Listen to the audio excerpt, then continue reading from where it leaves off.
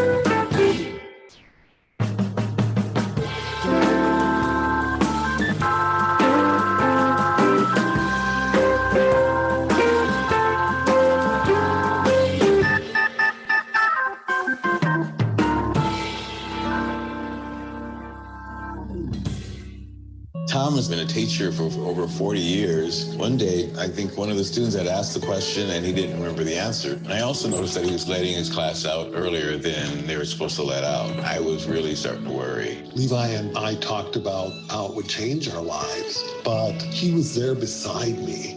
When something feels different, it could be Alzheimer's. Now is the time to talk. Visit alz.org/ourstories to learn more. A message from the Alzheimer's Association and the Ad Council. I'm Amy Lawrence, and I'm up late, always, after hours, hanging out with you on CBS Sports Radio. Check it out, 2 a.m. Eastern, 11 p.m. Pacific. Enjoy sun-drenched days, epic stays, and plenty of room to roam in Greater Fort Lauderdale. Our hotels, attractions, and restaurants have taken the Visit Lauderdale's Safe and Clean pledge, so you can relax and explore with confidence. When you're ready for that well-deserved staycation, our 23 miles of golden beaches await. Find wide-open spaces to hike, bike, kayak, and paddleboard. Visit your favorite attractions, then dine out in style on waterfront patios. Learn more at sunny.org. To protect his family from disaster, Steve used his camera phone. Done. By taking pictures of his important documents, Steve can always have them stored online. Learn more simple disaster prep tips at ready.gov. A message from FEMA and the Ad Council. Remember, if for any reason you must leave your radio, please have the man at the door stamp your ear so you can listen again later. Armchair Quarterbacks on YouTube Live, covering the AFC South and NFC South along with the rest of the NFL. Subscribe and like us today. Your first choice for sports talk live from the First Coast.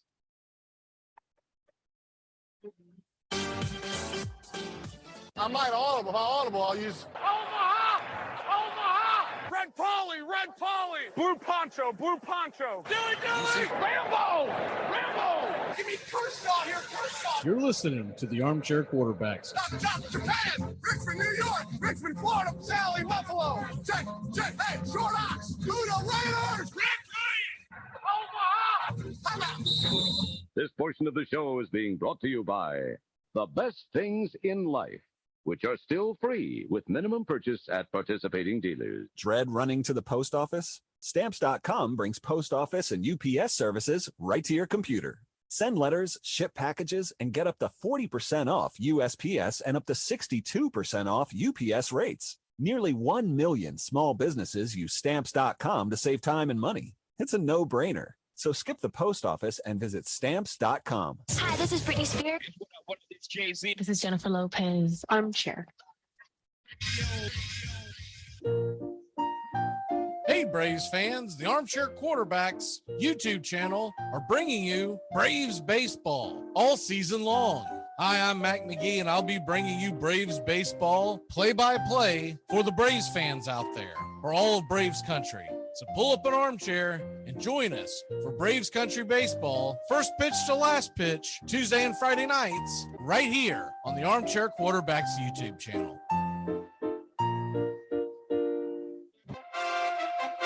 Armchair Quarterback Radio, the gunslingers of sports talk. And here's second-year quarterback Brett Favre out of southern Mississippi by way of the Atlanta Falcons. They are hopeful he can succeed in the NFL. Here, Brett Favre, you want a challenge? Try this one. So with their best receiver out of the game from the 35, 19 seconds left. Touchdown! Is there a spark of life in Green Bay? Yes! Danny Marino!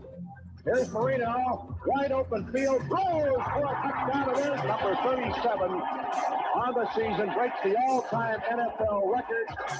Going deep and open. Touchdown, Mark Duper. Duper has returned, and he is Duper. They are going to bring pressure again. Rodgers is going to roll away, throws it up in the air, says a prayer. And Janis does not stop it. Oh, please.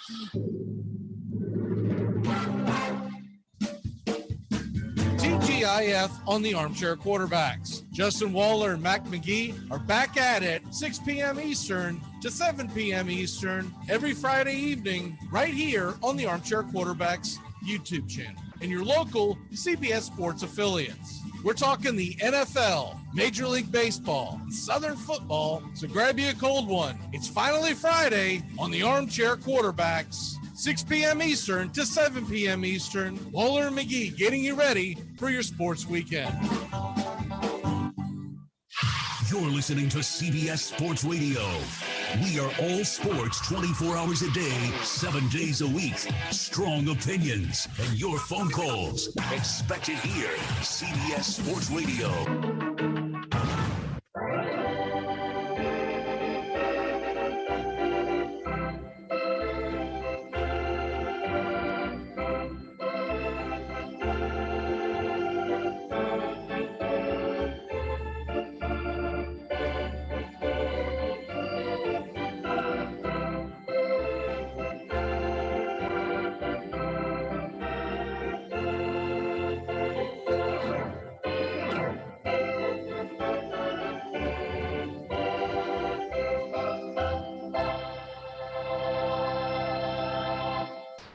I think my jersey was one of the top selling jerseys around the world.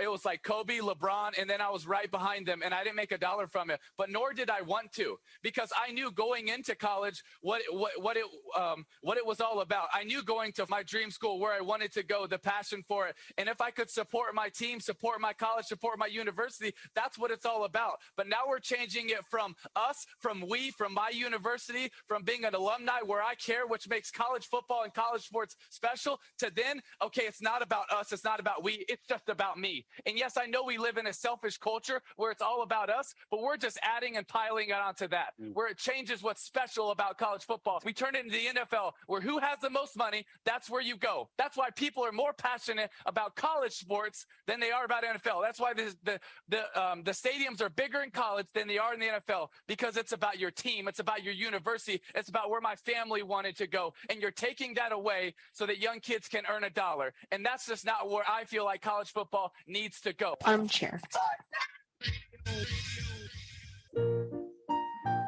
Hey, Braves fans, the Armchair Quarterbacks YouTube channel are bringing you Braves baseball all season long. Hi, I'm Mac McGee, and I'll be bringing you Braves baseball play-by-play for the Braves fans out there, for all of Braves country. So pull up an armchair and join us for Braves Country Baseball, first pitch to last pitch, Tuesday and Friday nights, right here on the Armchair Quarterbacks YouTube channel.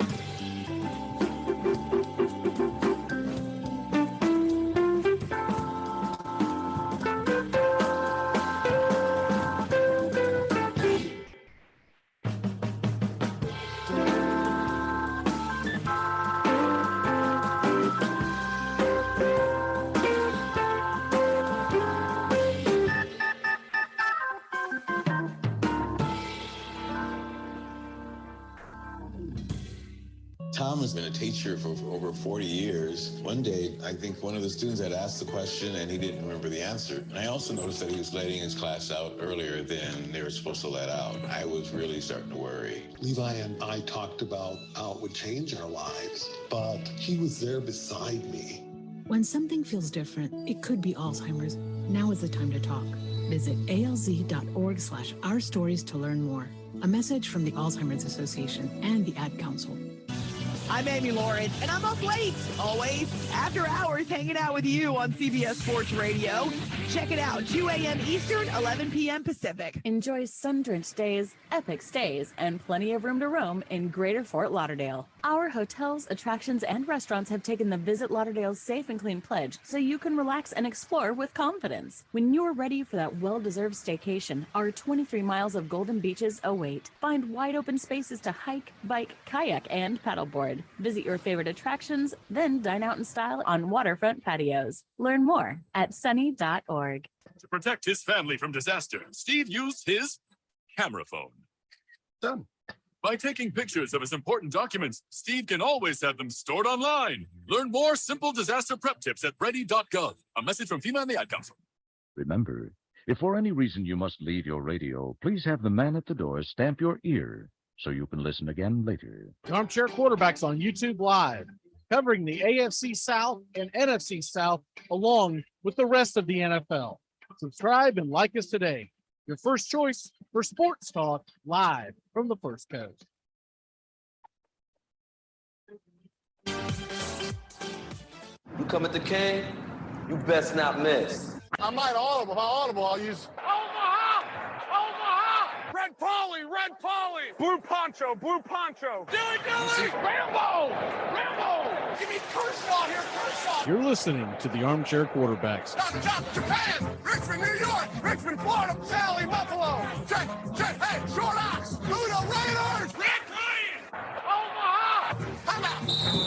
This portion of the show is being brought to you by The Best Things in Life, which are still free with minimum purchase at participating dealers. Dread running to the post office? Stamps.com brings post office and UPS services right to your computer. Send letters, ship packages, and get up to 40% off USPS and up to 62% off UPS rates. Nearly 1 million small businesses use Stamps.com to save time and money. It's a no-brainer. So skip the post office and visit Stamps.com. Hi, this is Britney Spears. What up, this Jay-Z. This is Jennifer Lopez. Armchair. Hey, Braves fans, the Armchair Quarterbacks YouTube channel are bringing you Braves baseball all season long. Hi, I'm Mac McGee, and I'll be bringing you Braves baseball play-by-play for the Braves fans out there, for all of Braves country. So pull up an armchair and join us for Braves Country Baseball, first pitch to last pitch, Tuesday and Friday nights, right here on the Armchair Quarterbacks YouTube channel.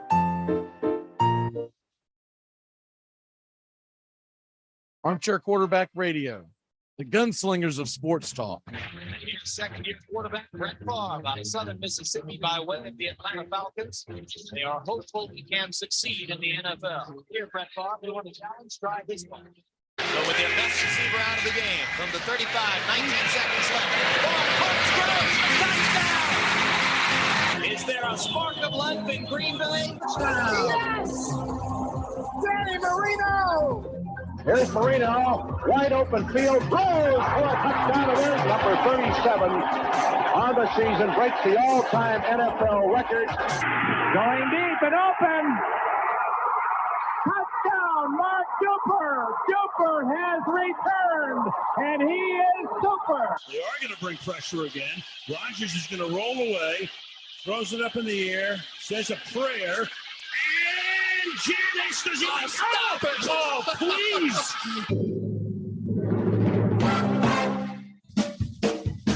TGIF on the Armchair Quarterbacks. Justin Waller and Mac McGee are back at it 6 p.m. Eastern to 7 p.m. Eastern every Friday evening right here on the Armchair Quarterbacks YouTube channel and your local CBS Sports affiliates. We're talking the NFL, Major League Baseball, and Southern football, so grab you a cold one. It's finally Friday on the Armchair Quarterbacks, 6 p.m. Eastern to 7 p.m. Eastern. Waller and McGee getting you ready for your sports weekend. You're listening to CBS Sports Radio. We are all sports 24 hours a day, 7 days a week. Strong opinions and your phone calls. Expect it here. CBS Sports Radio.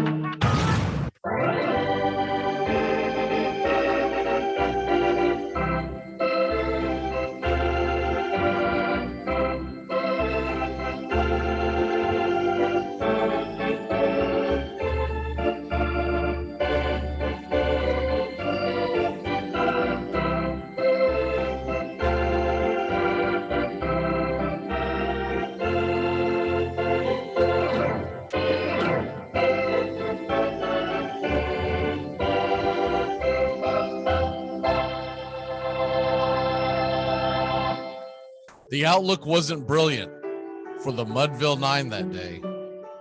The score stood 4-2 with but one inning more to play.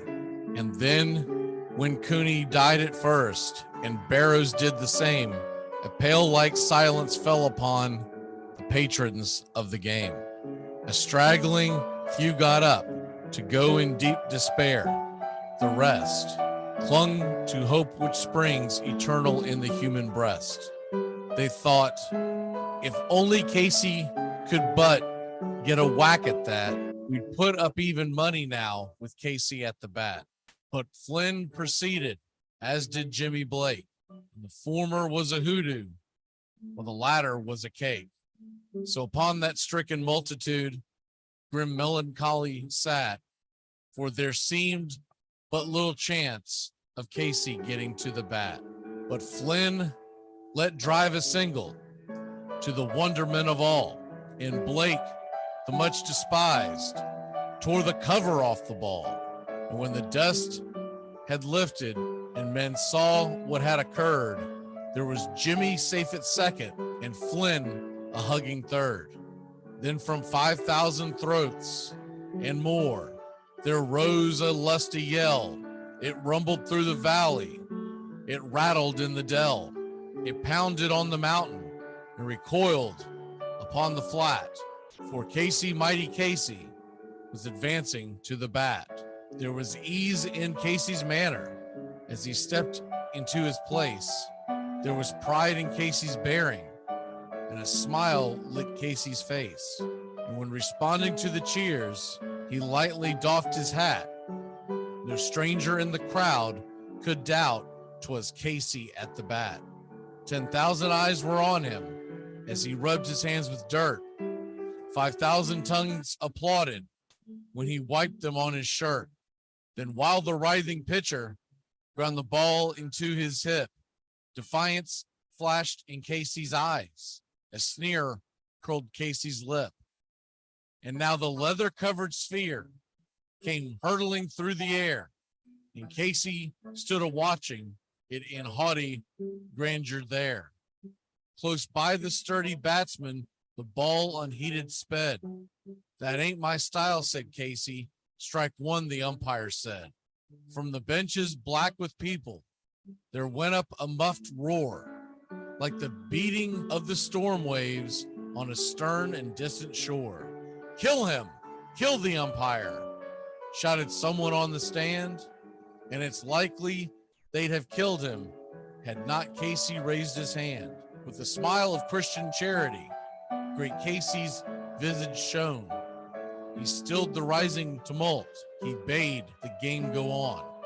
He signaled to the pitcher, and once the dun sphere flew, but Casey still ignored it, and the umpire said strike two. Fraud, cried the maddened thousands, and echo answered fraud. But one scornful look from Casey, and the audience was awed. They saw his face grow stern and cold. They saw his muscles strain, and they knew that Casey wouldn't let that ball go by again. The sneer is gone from Casey's lip. His teeth are clenched in hate. He pounds with cruel violence his bat upon the plate. And now the pitcher holds the ball, and now he lets it go. And now the air is shattered by the force of Casey's blow. somewhere in the favored land, the sun is shining bright. The band is playing somewhere, and somewhere hearts are light, and somewhere men are laughing, and somewhere children shout. But there is no joy in Mudville. Mighty Casey has struck out.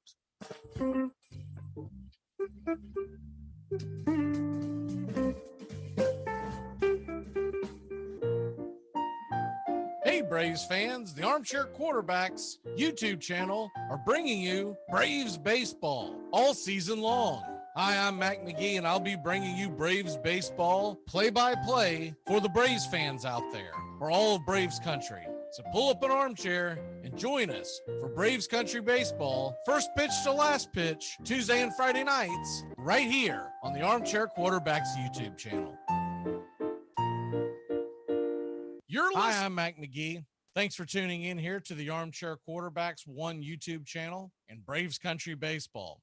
We're getting ready for game 1 of Braves METS. But before we do, broadcasting legend Vin Scully passed a couple of days ago. We wanted to make sure that we said a proper goodbye. So here is a few clips from the great Vin Scully's career, one of my very few idols. Thank you, Mr. Vin Scully. Nobody ever did it better. 6 yards away from Pontiac. 3rd and 3. We'll see a pick of some kind on the right side, possibly. Montana looking, throwing in the end zone. Dwight Clark. It's a madhouse at Candlestick with 51 seconds left. Dwight Clark is 6'4". He stands about 10 feet tall in this crowd's estimation. Ball game at Shea. Oh, brother. 3-2 to Mookie Wilson. Little roller up along first. Behind the bag. It gets through Buckner. Here comes Knight, and the Mets win it. If one picture is worth 1,000 words, you have seen about 1,000,000 words. But more than that, you have seen an absolutely bizarre finish to Game 6 of the 1986 World Series. The game right now is at the plate. High fly ball into right field. She is gone! In a year that has been so improbable, the impossible has happened. Fastball is a high drive in the deep left center field. Buckner goes back to the fence. It is a marvelous moment for baseball. What a marvelous moment for Atlanta and the state of Georgia. What a marvelous moment for the country and the world. A black man is getting a standing ovation in the Deep South for breaking a record of an all-time baseball idol. And it is a great moment for all of us, and particularly for Henry Aaron, who was met at home plate not only by every member of the Braves, but by his father and mother. He threw his arms around his father, and as he left the home plate area, his mother came running across the grass, threw her arms around his neck, kissed him for all she was worth. Tremendous strain and relief of what it must have been like to live with for the past several months. It is over. At 10 minutes after 9 in Atlanta, Georgia, Henry Aaron has eclipsed the mark set by Babe Ruth. The umpire just stood up and said goodbye. As I am saying goodbye, I have said enough for a lifetime. And for the last time, I wish you all a very pleasant good afternoon. There's something kind of about a kid that's never played baseball. If baseball is about caring, about loyalty and rivalry. Mayenga is 0 for 3. Left center field. Grissom on the run. The team of the 90s has its world championship. There's a very peaceful thing. It was created and played in pastures and meadows. There's grass, there's outdoors, there's everything that people thought was American and feel about America. You get in a ballpark, and it's the wonder of walking through that dark tunnel and seeing a huge open space where men play the little boys' game.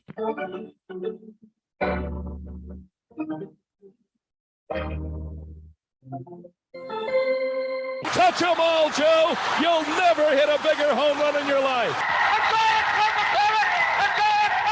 Out of room in right center. If he hits one there, we can dance in the streets. The 2-1. Swung line drive left field. One run is in. Here comes Braves. Here's the throw to the plate. He is safe. Braves win. Braves win. Braves win. Braves win. You're in Braves country.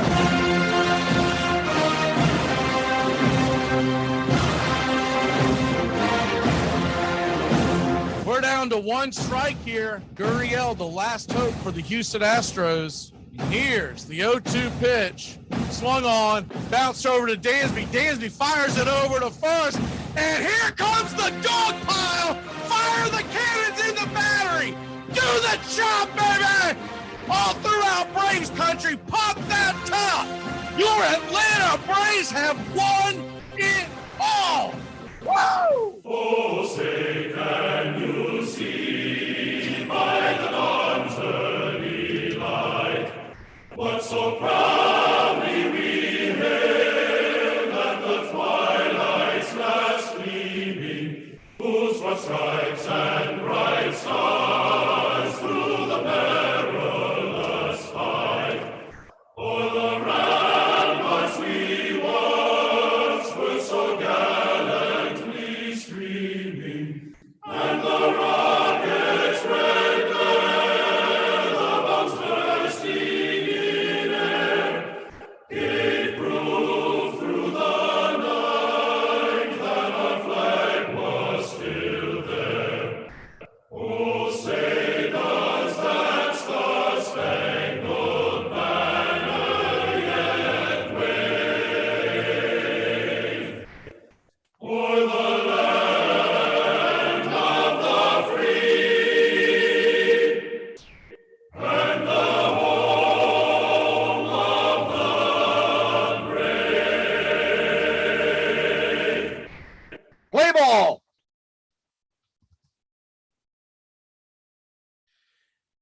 Hey, howdy, hi, and how the hell are you? Good evening, friends, from coast to coast and all around this great world of ours. Baseball is back tonight again.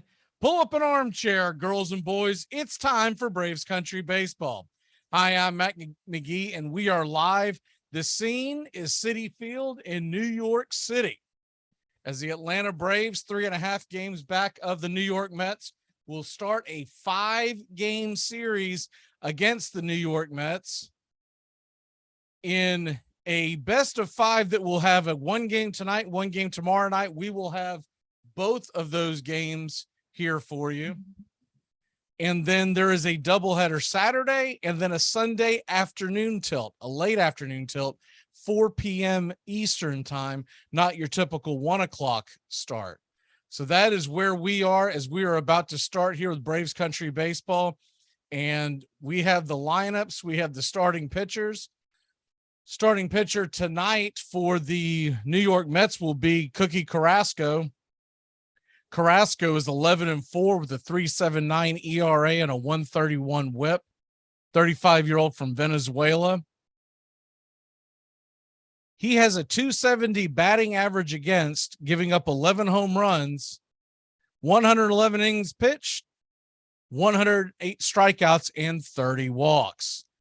The starting lineup for your Atlanta Braves starts like this. It will be Acuna in right field and leading off. Batting second, Dansby Swanson playing short. Matt Olson playing first base and hitting third. Austin Riley batting cleanup and playing third base. Rosario batting fifth and playing left field. Darnold is catching and batting sixth. Ozuna, the designated hitter, batting seventh. Arcia at second, batting eighth. And Harris is batting ninth and playing center field. And we are just about ready for Braves Country Baseball as final first pitches are being thrown, warm-up pitches, by Cookie Carrasco. Mets are in their white pinstripe uniforms with the blue letters and the blue numerals, the orange outline.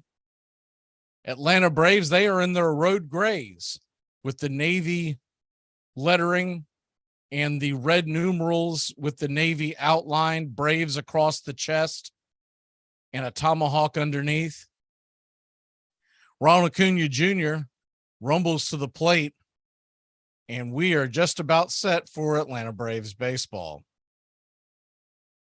So all throughout Braves country, it's time for Braves country baseball.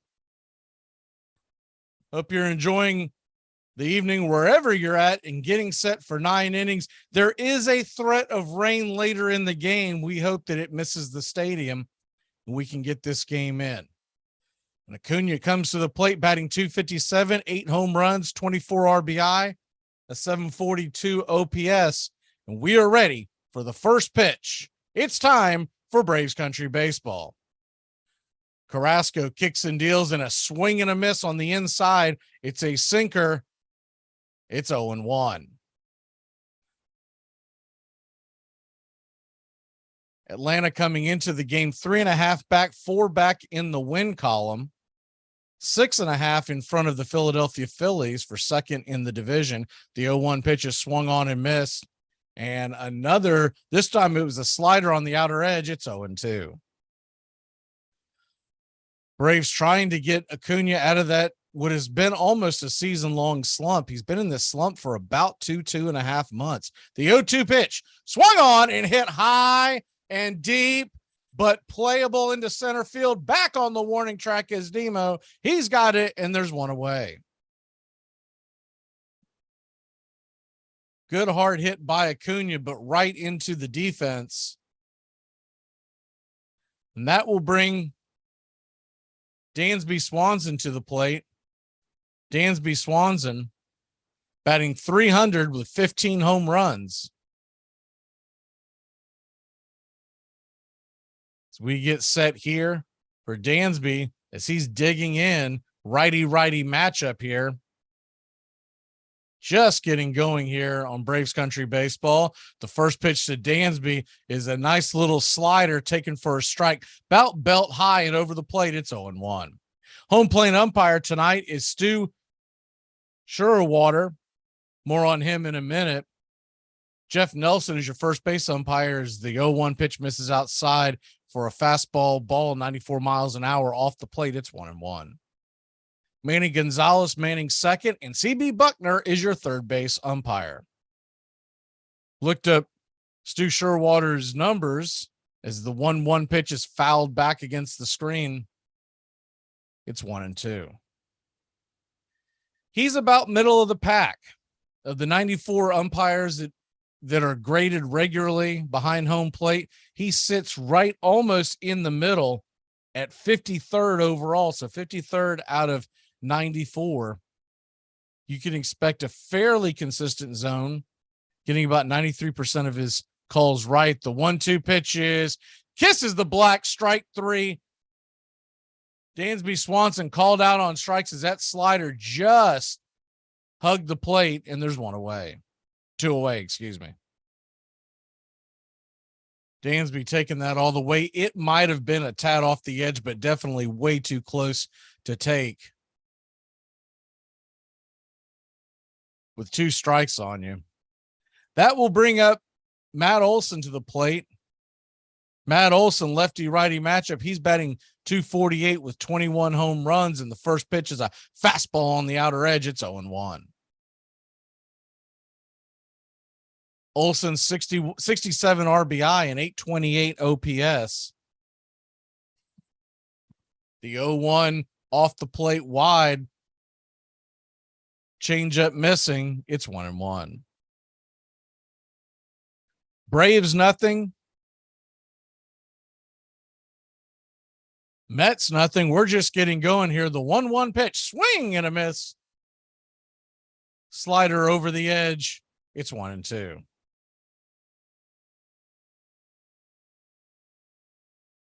Packed house in Queens, as you would expect. The 1-2 pitch as Carrasco trying to get that 1-2-3 inning going. Here's the 1-2 pitch, swing and a miss, strike three, fastball, top shelf, out of the zone, and Olsen went chasing. So we'll head to break. When we come back, Kyle Wright takes the mound to face the Mets. We can't Ruby Dern your frazzle dazzle. Cars from all over America come to find a new home in Florida, just like you. I moved here after the draft, football. I noticed there was one thing missing from this great town, a celebrity-endorsed used car shop. That's why I founded BJ's Used Autos. Every one of these beauties is freshly painted. They look brand new. We have new models coming in every morning, usually around 2 a.m. We can get you anything. And if you see a car that dreams, tell us. We can acquire it for you. I've taken the skills I've learned as a pro football player to the used car business. Smash, grab, and run like hell. I'm tackling low prices with hot cars. Two teams dominated the 90s, the Boston Bean Eaters and the Baltimore Orioles. Boston, led by Billy Hamilton and Hugh Duffy, pioneered what would be called the inside game. But the Orioles perfected it. Sacrifice bunts, squeeze plays, double steals. They fought and struggled for every run. In an era of dirty baseball, the Orioles delighted in being the dirtiest. The Orioles were one of the greatest teams ever assembled. Dan Bruthers, the broad-shouldered first baseman, was the greatest power hitter of the 1880s, bettering 314 seasons. Wee Willie Keeler in right field was the game's preeminent place hitter. Asked for the secret of his success, he answered, keep your eye clear and hit them where they ain't. He once managed at least one hit in 44 consecutive games. The shortstop was Huey Jennings, known for his distinctive yell as E-ya. In 1896, he hit 401, stole 70 bases, and set a record in his specialty. He managed to get hit by pitched balls 49 times. Between seasons, he practiced long.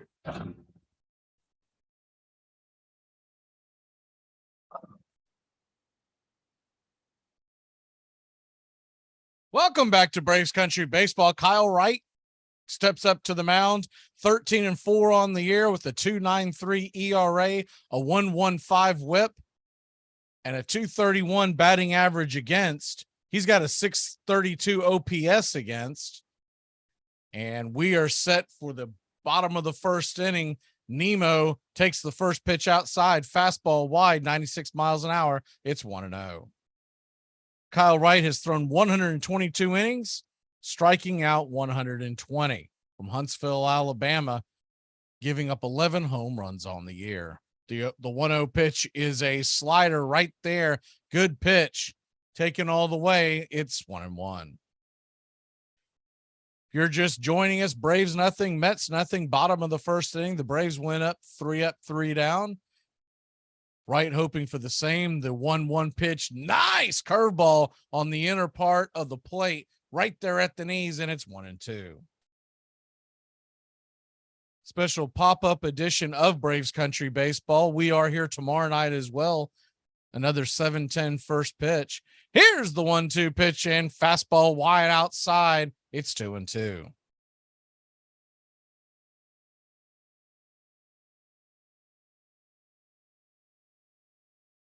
Braves come into the game 3 games in front of the San Diego Padres in the top of the wild card of the National League. The 2-2 pitch swung on, hammered hard to the right side. Olsen's got it. He underhands it to Wright. Wright covering the bag, steps on the pillow, and there's one away.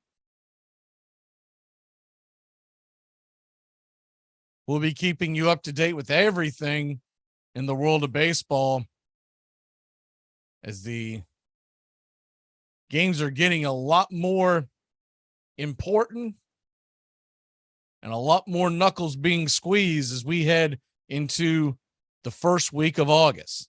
This will bring Starling Marte to the plate. Marte, 299 hitter with 11 home runs from the right side.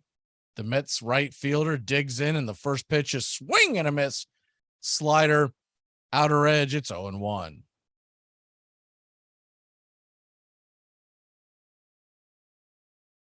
Braves will play the Mets 5 times here this weekend, and then the 0-1 pitch swung on and missed. Curveball in the dirt. It's quickly 0-2.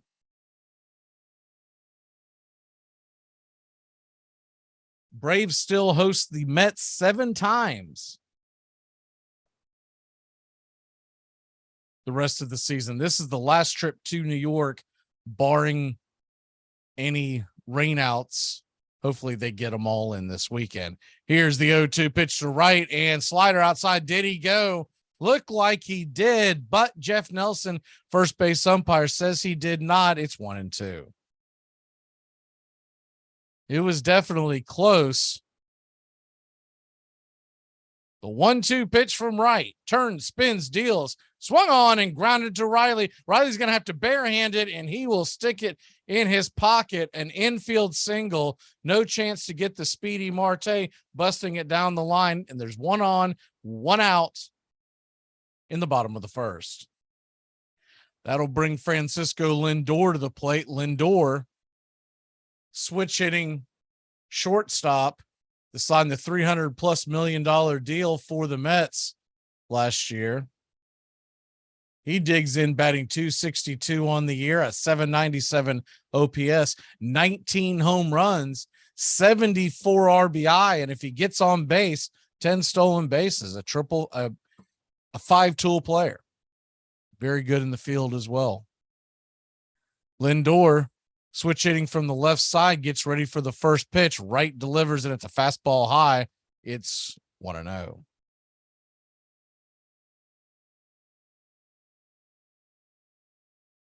Braves nothing, Mets nothing. We're just starting a 5-game series here.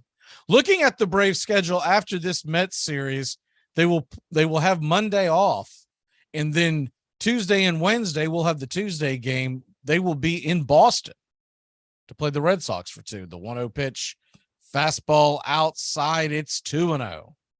After that, a 4-game series in 3 days in Miami. And then they will come home for that 4-game set against the Mets and 3 against the Astros, bookended by a 3-game set in Pittsburgh before another day off. So one of the reasons why the Braves went out and got Jake Odorizzi at the deadline was to give them another starter. The 2-0 pitch looks like it missed just inside, ball 3. It's 3-0 to Lindor. Kyle Wright working himself into a little bit of a jam here in the bottom of the first. Odorizzi is set to pitch Saturday in that doubleheader. It'll be Max Fried and Odorizzi going for the Braves. A 3-0 pitch is a fastball outer edge, called for a strike. It's 3-1.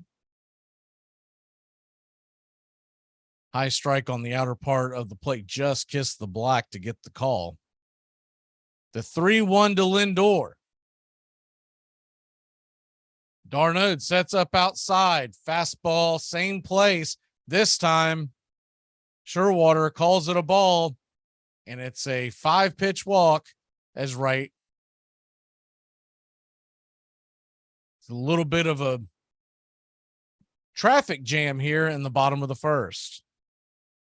Infield single and a walk brings up the power hitter for the New York Mets, Pete Alonso. Alonso batting .276, a 901 OPS, 28 home runs. Of course, we know he's didn't get it this year, but he won the previous 2 home run derbies. So he can put a pop into the bat. He is a double play candidate, but is a hustling runner. The first pitch from right to Alonso is swung on and roped down the left field line. Rosario's got it. He'll get it back in, but not before the run scores. And Rosario throws the ball over to second to keep Alonso from getting a double. It's a 1-out single, 1-0 New York, runners on the corners. Looked like a curveball, and Alonso didn't try to do a whole lot with it. He just kind of coasted it into left field. Marte scored with ease. Rosario fumbled the ball for a second, but not much. I don't think it really would have mattered. I don't believe that he would have had a play at third. So a good play by Rosario to keep him where he's at. This will bring up Daniel Vogelbach to the plate. Vogelbach, 236, 13 home runs. Of course, he came over in a trade from Pittsburgh, and the first pitch is a curveball in the dirt. Good block by Darnold. It's 1-0. Sure, the nerves are high, and Kyle Wright stumbling a little bit, getting that bad luck infield single to start the game.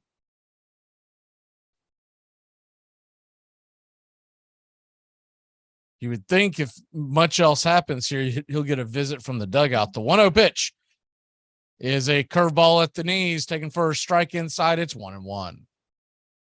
Mets 1, Braves nothing. We're just getting going here in the bottom of the first inning. A critical 5-game series.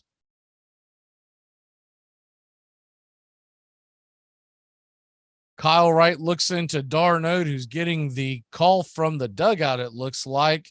The 1-1 pitch. He kicks and deals at a fastball roasted down the right field line. Just foul.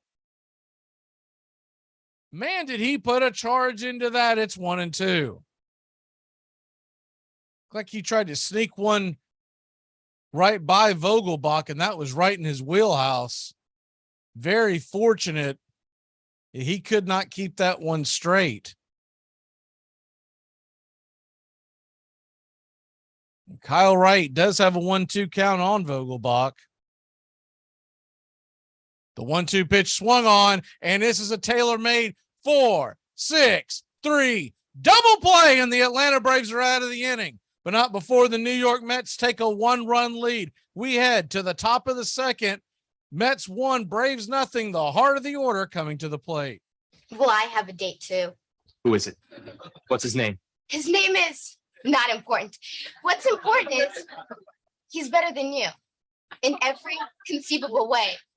Well, that could be anybody. You're listening to Braves Country Baseball. Please like and subscribe today. YouTube.com, Armchair Quarterbacks 1. Enjoy sun-drenched days, epic stays, and plenty of room to roam in Greater Fort Lauderdale. Our hotels, attractions, and restaurants have taken the Visit Lauderdale's Safe and Clean pledge, so you can relax and explore with confidence. When you're ready for that well-deserved staycation, our 23 miles of golden beaches await. Find wide-open spaces to hike, bike, kayak, and paddleboard. Visit your favorite attractions, then dine out in style in dining rooms or al fresco on waterfront patios. Learn more at sunny.org. Saturday mornings, the Armchair Quarterbacks, a Southern tradition like no other. We dive into the Southeastern Conference and the Southern teams in the National Football League. We talk the betting lines, fantasy football. So join us Saturday mornings and get your football weekend started right with the Armchair Quarterbacks, 9 a.m. Eastern to noon Eastern, right here on Armchair Quarterbacks 1 YouTube channel. The famous Baltimore chop.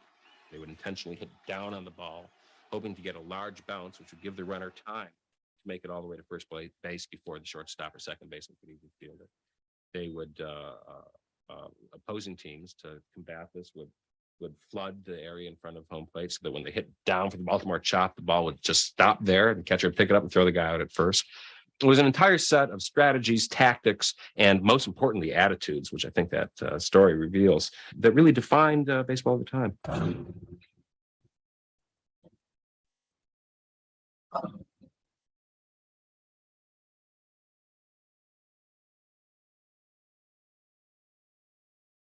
Welcome back to Braves Country Baseball. The first pitch from Carrasco to Austin Riley is a 95-mile-an-hour right down Main Street, taken all the way. It's 0-1.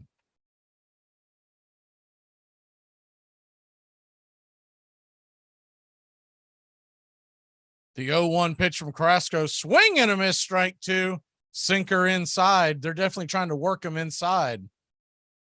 He can't get those arms extended. It is 0-2 to the rake.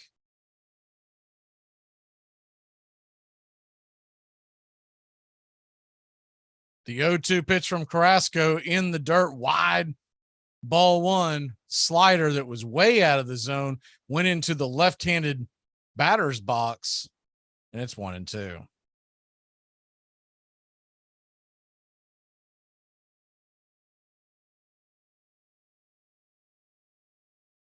The 1-2 pitch from Carrasco, swing and fouled back out of play. It's 1-2. Looked like he was trying to work that sinker again down low, but this time got a little bit more of the plate. Riley was able to inside out that ball. Fouled back up against the screen behind home plate. The 1-2 pitch. Slider outside, trying to get him to chase again. We'll do it again. It's 2-2. Phillies are hosting the Nationals while the Braves and Mets are going head to head. It's 1-1 early on in that game. The 2-2 pitch. Another slider outside, way outside, ball 3. Full count to Austin Riley. Standing on deck is Eddie Rosario. You got Tyler Naquin, Nemo, and Marte in the outfield, left to right. The 3-2 pitch, fastball, fisted, giving chase is Jason McCann. It'll go off his glove and into the Mets dugout. And Riley will live to fight another day. It's 3-2 once again. Saw McCann do that a few weeks ago before he went on the IL. That one was a little worse than the one I saw a few weeks ago.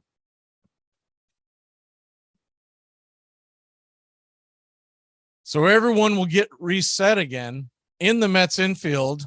I don't think I got to that before. It's Guillorme, Lindor, McNeil, and Alonso going around the horn from third to first. McCann behind the plate, Carrasco at the mound as Riley steps out of the batter's box for a second. And left to right in the outfield is Naquin, Nemo, and Marte. The designated hitter was Vogelbach, who into the double play. The 3-2 pitch, swing and hammered down the third base line. Plenty foul. We'll do it again. It's 3-2. Nothing else. Austin Riley is making Carrasco work. Mets 1, Braves nothing. Top of the second inning in New York. The 3-2 swing and hit hard right at Lindor. He gets the short hop and fires it over to Alonso. And it's a 6-3 put out, then one away. Hard hit ball by Riley, but right at the Mets shortstop. And that'll bring Eddie Rosario to the plate. Eddie Rosario, who's starting to heat up a little bit. Remember, he started the season off so cold because of the eye issue that he had the eye surgery for. He has jumped his batting average about 100 points since the eye surgery. He's now batting 172 with 2 home runs and 12 RBI. From the left side of the plate, he digs in, ready for the first pitch from Carrasco, and it's a fastball, outer edge, called for a strike. It's 0-1. Standing on deck is Travis d'Arnaud. He is back after missing the last couple of games. Yesterday was because of a stomach virus. The 0-1 pitch misses outside and wide. It's 1-1.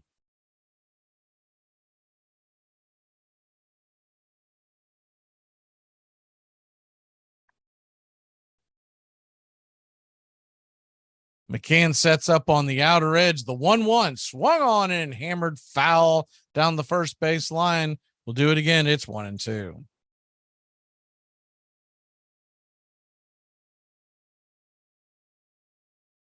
A's lead the Angels 8-7. That game, I believe, I said it was either the 8th or 9th inning. They started that game about 4:00 Eastern. Old-fashioned shootout out west.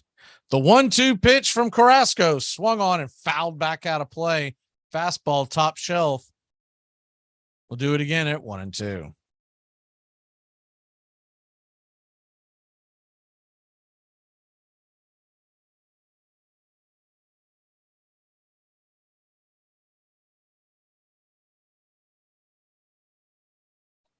The 1-2 pitch from Carrasco.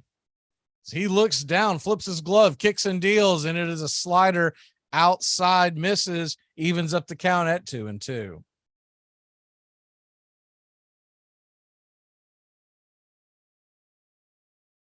National Football League starts their season their preseason tonight. The 2-2 pitch swung on and popped up. Not very deep, playable over in left field. Underneath it is Tyler Naquin, and there's 2 away.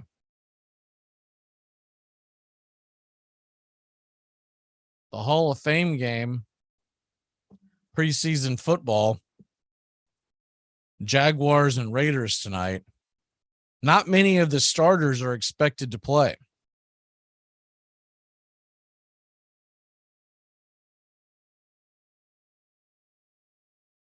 So that brings Travis d'Arnaud to the plate, batting .251, 11 home runs, 40 RBI.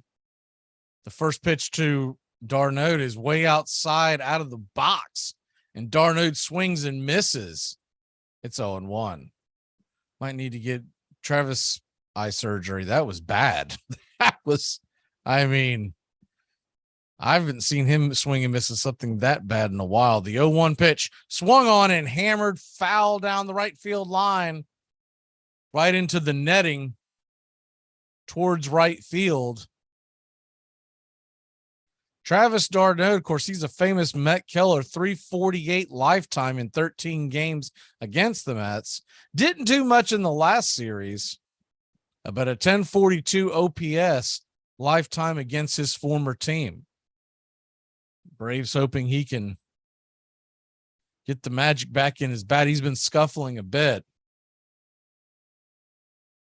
The 0-2 to Travis, swing and a miss, strike 3, that same slider, and he went fishing. That'll end the inning. 3 up, 3 down again for Atlanta. The Mets lead at 1-0. We head to the bottom of the second. What is that smell? That's East River. You're swimming in the East River? Yeah. The most heavily trafficked, overly contaminated waterway on the eastern seaboard? Technically, Norfolk has more gross tonnage. How could you swim in that water? I saw a couple of other guys out there. Swimming? Well, floating. They weren't moving much, but they were out there. Hey, Braves fans, the Armchair Quarterbacks YouTube channel are bringing you Braves baseball all season long. Hi, I'm Mac McGee, and I'll be bringing you Braves baseball play-by-play for the Braves fans out there, for all of Braves country. So pull up an armchair and join us for Braves country baseball, first pitch to last pitch, Tuesday and Friday nights, right here on the Armchair Quarterbacks YouTube channel. This is Jim Rome. Join me in the jungle for your phone calls and the biggest names in sports. Stop by weekdays, noon until 3 Eastern, 9 to noon Pacific. You ever heard this one? Why go out for hamburger if you have steak at home? Well, what if your steak has an attitude problem? The most pugnacious Oriole of them all was the third baseman, John Joseph McGraw. McGraw was born in Truxton, New York, the first of 8 children of an Irish immigrant railroad worker and his wife. When diphtheria struck his village in 1884, one by one, he watched as first his mother and then 4 of his brothers and sisters died. His father took out his grief and anger on his son, beating him so often and so mercilessly that at 12 he feared for his life and ran away from home. He supported himself at odd jobs until he won himself a place on the Olean, New York professional team at 16, and never again willingly took orders from any man.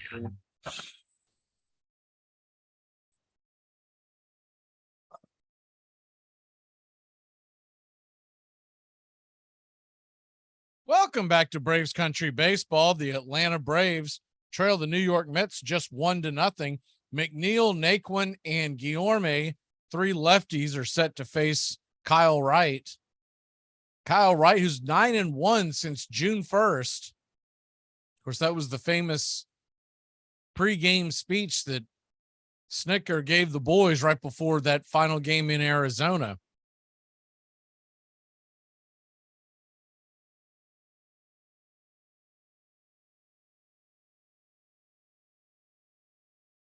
Here comes Jeff McNeil to the plate, and the lefty takes the first pitch way outside for a ball, fastball. It's 1-0.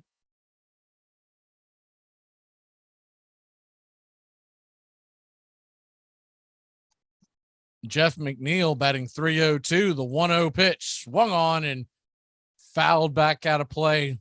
Change up outside. evens up the count at 1-1. Do want to say our fond farewells to Vin Scully.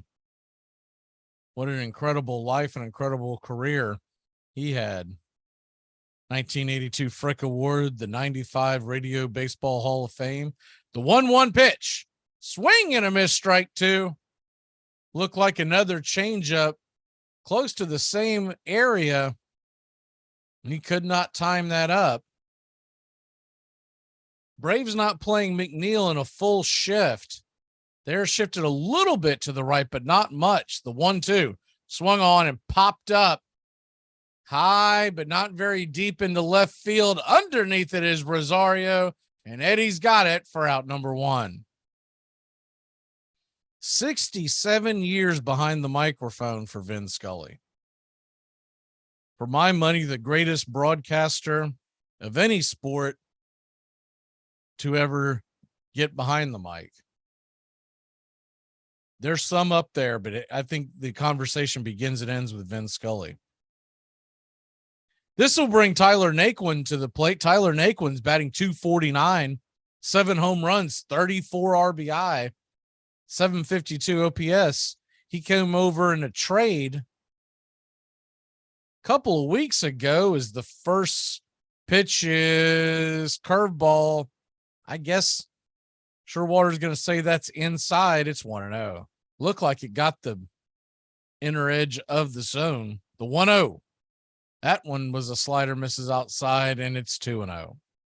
Speaking of trades the Mets made, did you see yesterday as Kyle Wright gets set for the 2-0, he deals and swing and hit hard, high and deep and over the fence.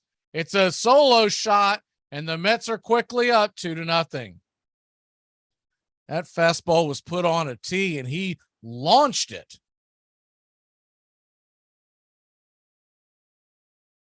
Kyle Wright not doing typical Kyle Wright things.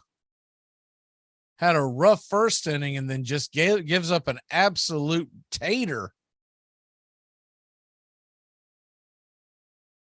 That was batting practice type of fastball. So that'll bring up Guillorme. Guillorme's batting .286. He had been playing second base with McNeil in the outfield, but with the trade of Naquin against righties, Naquin's going to play in left field, while Kanya will be in left field versus righties. Guillorme steps in, and the first pitch is a called strike slider, outer edge. It's 0-1. Wright doesn't seem to have his typical crisp stuff. But the reliever that the Mets made the trade for from the Cubs at the 0-1 pitch misses outside. Changeup, it's 1-1. Michael Givens, who had a sub-3 ERA, he came in yesterday's game against the Nationals, and though the Mets won the game, 1-1 pitch is way outside, changeup misses, it's 2-1. Givens pitched 2 1/3 innings, 5 runs, 5 earned runs, 2 home runs in his debut. 2-1, swung on and hit hard on the ground, but right at Arcia. He's got it, flips it over to first, and it's a 4-3 put out. There's 2 away.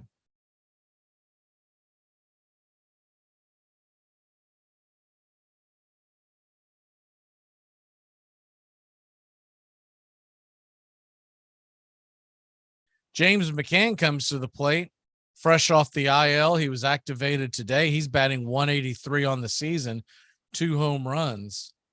Though that doesn't sound like much of an addition, he was considered a big free agent acquisition when they signed him last year. He had a pretty good career with the White Sox before coming over with the Mets. The first pitch to McCann is outer edge fastball, misses, 95 miles an hour. It's 1-0. Number 9 hitter for the Metropolitans digs in. And the 1-0 delivery is slider misses outside. It's 2-0. Standing on deck is Brandon Nemo. Kyle Wright trying to get through the second inning here. The 2-0 pitch is swung on and fouled back out of play. Slider top shelf. It's 2-1. Wright already at 33 pitches thrown. What's even worse than that, about half of them have been outside the strike zone.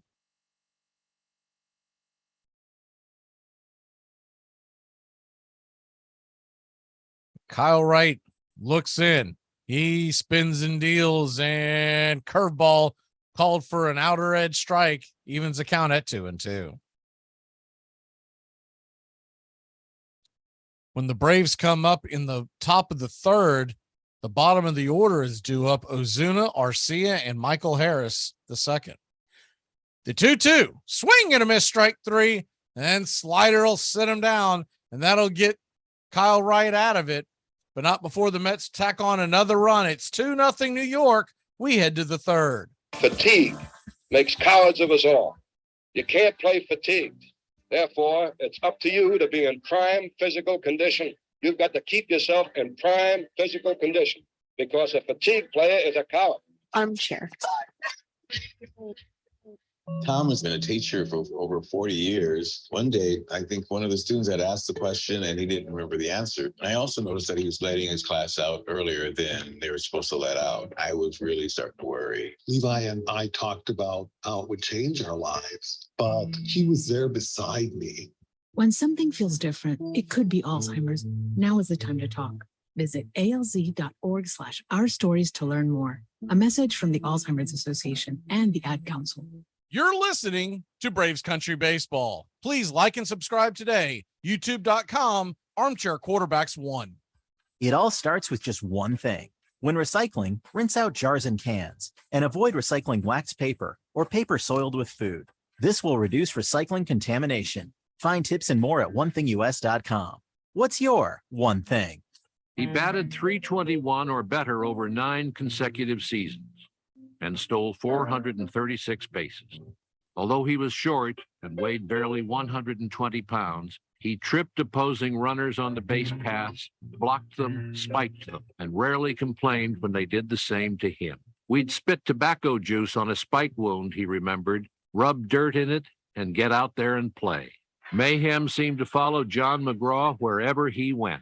When he got into a fist fight with the opposing third baseman in Boston in 1894, both benches emptied. Fans began brawling. Someone set the stands on fire, and the entire wooden ballpark and 170 neighborhood buildings went up in flames.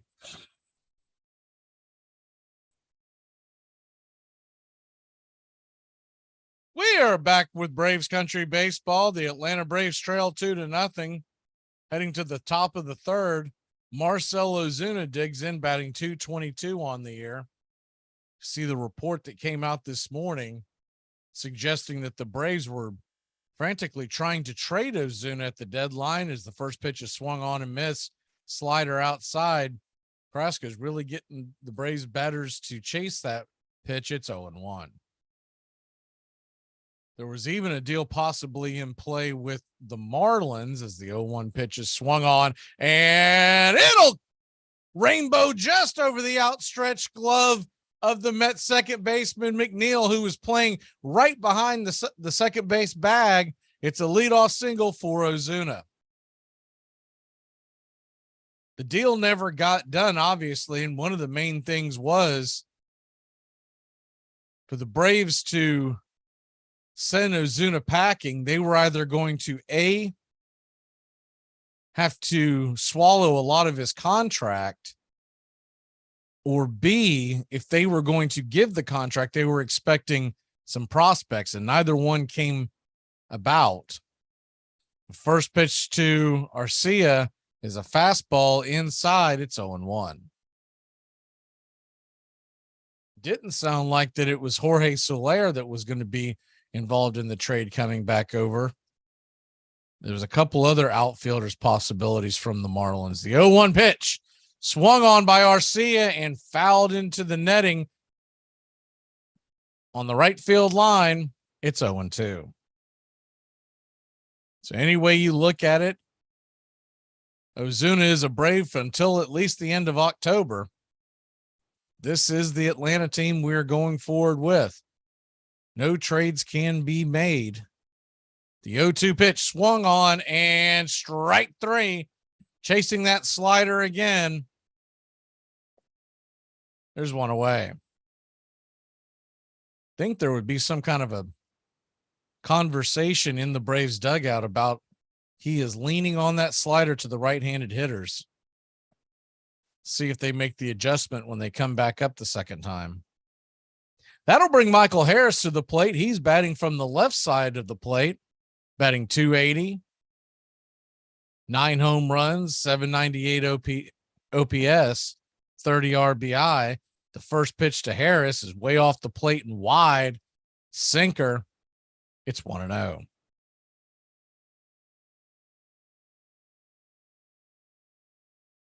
Mets 2, Braves nothing. Top of the third inning. Here at Citi Field, the first of 5 games. Carrasco turns and flips it over to first to keep Ozuna close by. Not much of a threat to go, but I'm sure if Ozuna thought he could catch him napping, he would jump on the opportunity.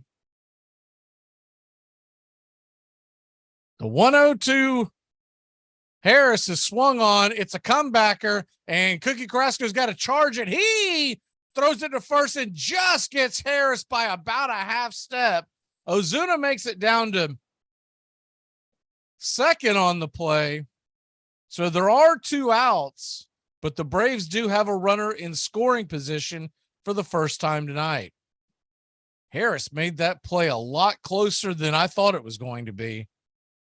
Not just the speed, but the hustle. So that'll bring up Ronald Acuna Jr., who had a pretty decent at bat the first time. It was a long fly out to center field his first time up.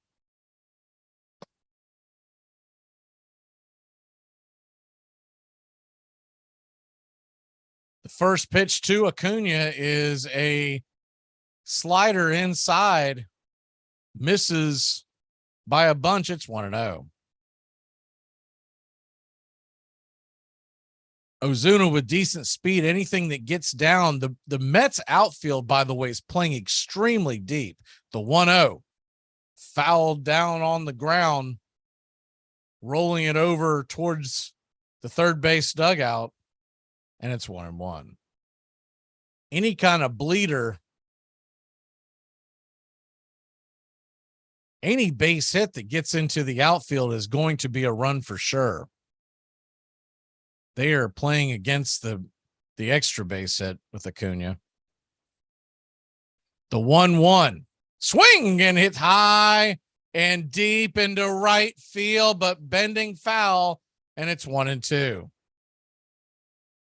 Look like the slider outer edge, which Carrasco has been living on. You got to figure there's a good chance Acuna's going to get that pitch again. Maybe not so much on the plate. So he's going to have to defend against that. Standing on deck is Dansby Swanson. Carrasco, just 39 pitches into the night.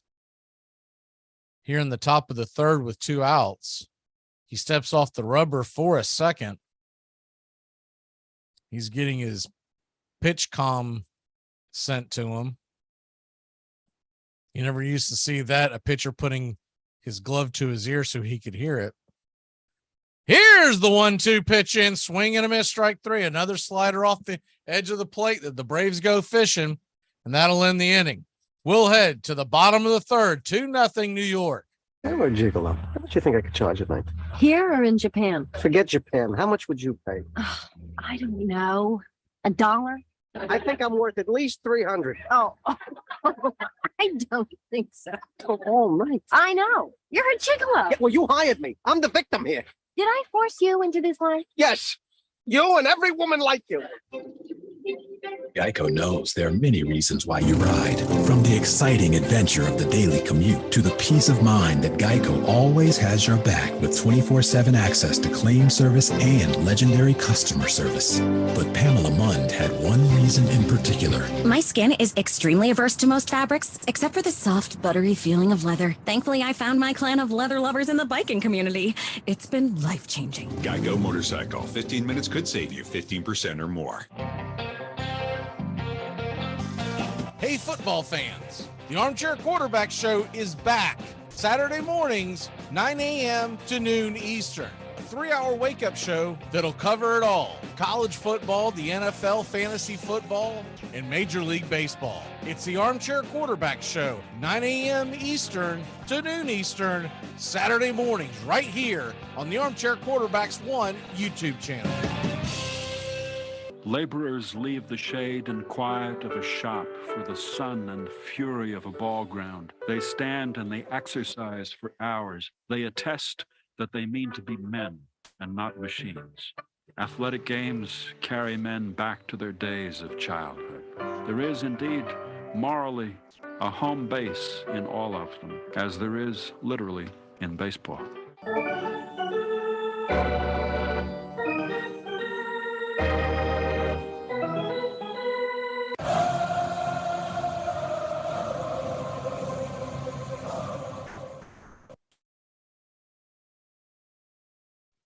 Welcome back to Braves Country Baseball. New York leads it 2-0, and the top of the order for the Mets coming to the plate in the form of Brandon Nimmo, and he takes the first pitch for a strike outside curveball. Nice pitch by Wright. It's 0-1.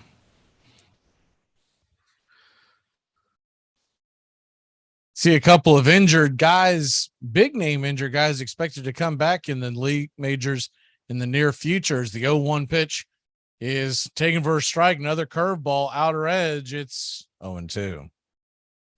Dustin May is expected 1, maybe 2 more rehab starts, and he should be back in the Los Angeles Dodgers rotation after a year and a half on Tommy John surgery. The 0-2 pitch is banged foul, just stayed alive by Nimmo.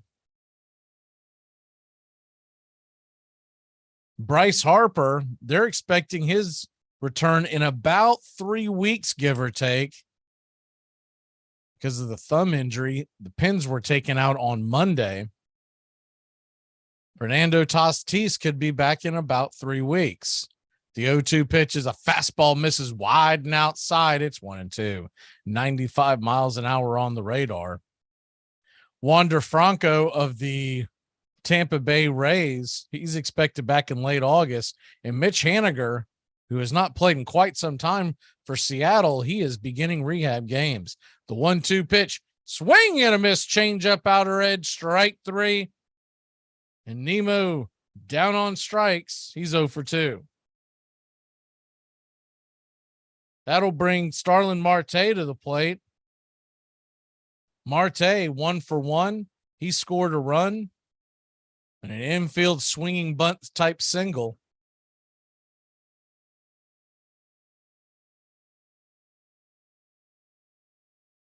Lance McCullers of the Houston Astros, he is nearing his return as well. As the first pitch is swung on and banged foul, curveball to Marte, it's 0-1. As far as Ozzie Albies, they've been a little tight-lipped. Most think it will be in about a month. The 0-1 pitch swung on and fouled back out of play. It's 0-2. You'd think if they haven't started it yet, they might be taking their time so they don't have to make a move before the September expanded rosters. At this rate, it doesn't look like he would be back before then. The 0-2 pitch just gets a piece of it. Fastball inside. We'll do it again at 0-2. That might have been the sinker, had a little bit of sinking action on it.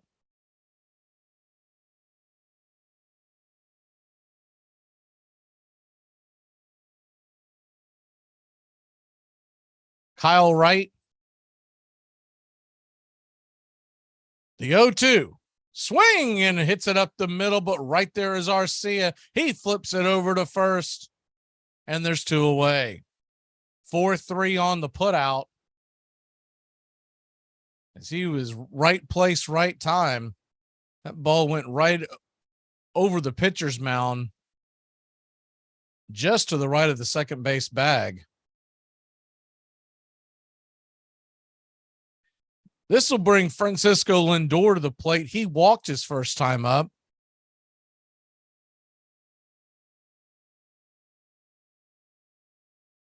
Lindor, 19 home runs, 74 RBI. The first pitch is a curveball down below the knees, taken all the way. It's 1-0. Of course, Lindor started his career with the Cleveland Indians, came over via trade a few years ago, and then signed an extension when Steve Cohen, the 1-0 pitch misses outside, sinker wide of the plate. It's 2-0.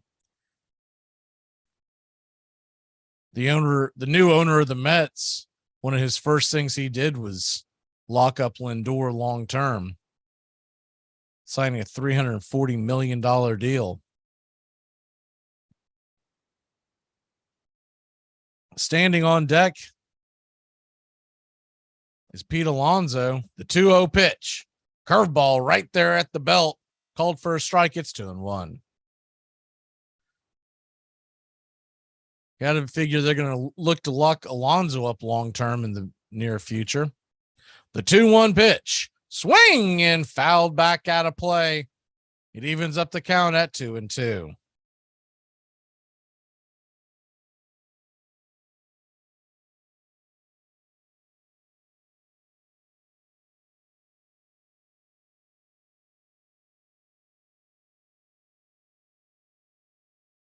Looking around on the scoreboard, Cubs lead the St. Louis Cardinals 1-0 in the bottom of the first. Washington 2-1 over Philly in the top of the third. The 2-2. Fastball way outside, and I mean way outside. That was pitch out length. It's 3-2. Kyle Wright a little all over the place tonight. Doesn't seem to have that command that he normally has. The 3-2 pitch from Kyle Wright is way outside, ball 4. And Lindor will head down to first. The 2-out walk and the polar bear coming to the plate.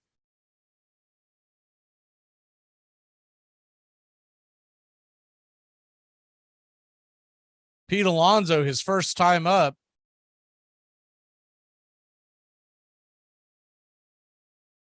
He hit a single down the left field line, driving in a run.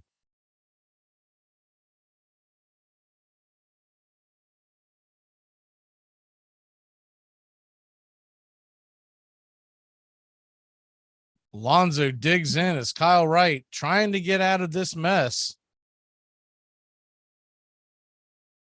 Thought he might get his first clean inning, but no such luck.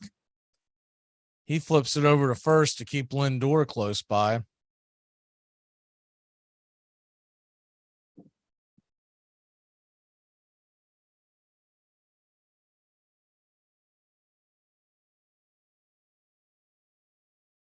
So the righty-righty matchup is Alonso. Digs in. The first pitch swung on and popped up.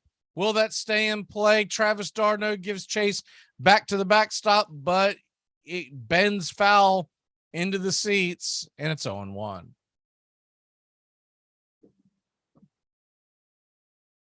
Mets 2, Braves nothing. Bottom of the third inning. When Atlanta comes to the plate, Dansby Swanson, Matt Olson, and Austin Riley, the heart of the Atlanta order is due up.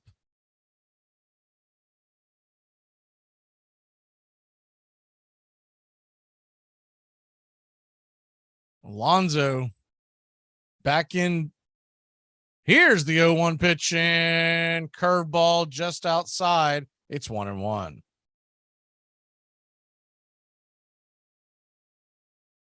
Braves are playing Alonso to pull.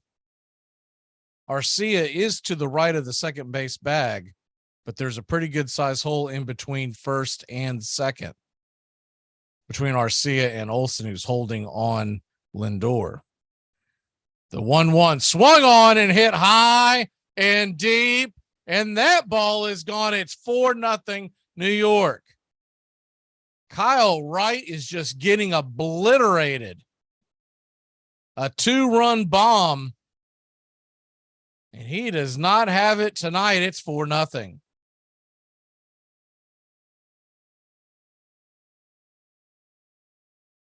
That ball was absolutely smoked over the left field wall.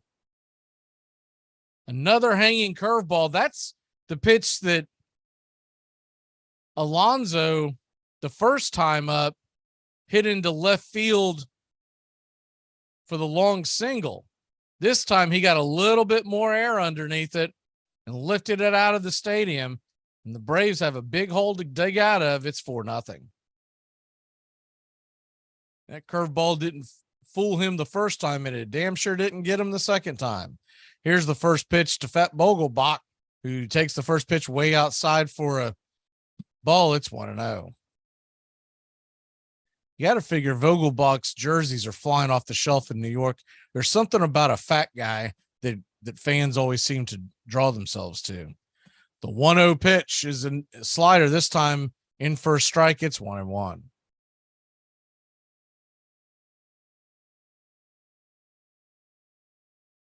Vogelbach and faced the Braves when he was with the Pirates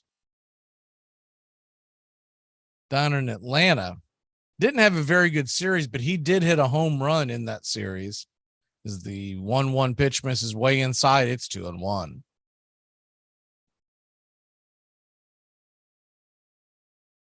Kyle Wright turns and deals, and he gives another tater. That ball's hit out of the stadium. Kyle Wright is getting absolutely destroyed. It's 5-0. It is hard to believe that Kranitz has not came out there to talk to Kyle Wright. They're just letting him twist in the wind. You would have thought after that home run by Alonso, he would have came out to talk to him. He did not. Kyle Wright hung another one right over the plate, and it was another batting practice fastball that Vogelbach shimmied over the right field wall. Absolutely crushed it. See Pete Alonso jumping over the Mets dugout. Kranitz finally comes out to talk to Wright. About 5 pitches too late, but he's finally out there to talk to him. You kind of would have thought he would have given it a visit after he walked Lindor, but I really am surprised they didn't come out there to talk to him after he gave up that one to Alonso.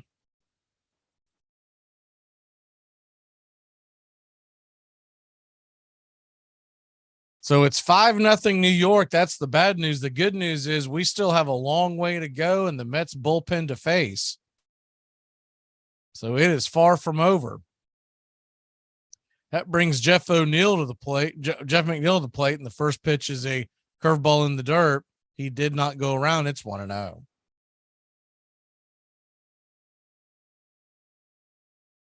By the way, that game in that preseason football game is not being played right now. Don't know if they'll get it in because of inclement weather in the area.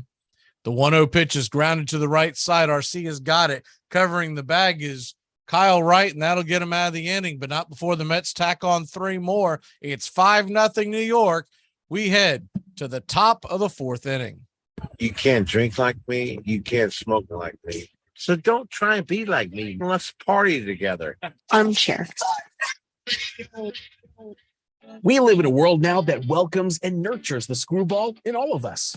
Hey, it's a new decade, people. Time to get a little nutty. Treat yourself to Screwball Peanut Butter Whiskey, a smooth flavor that combines two of America's favorites, peanut butter and American whiskey. So no more social awkwardness. Time to embrace who you truly are. Get out there and make friends. And be sure it starts with Screwball Peanut Butter Whiskey. It's available nearly everywhere. Learn more at screwballwhiskey.com. Invidium Spirits. Please enjoy responsibly. What's going on here, guys? All right, coach. So basically, it was a holding call.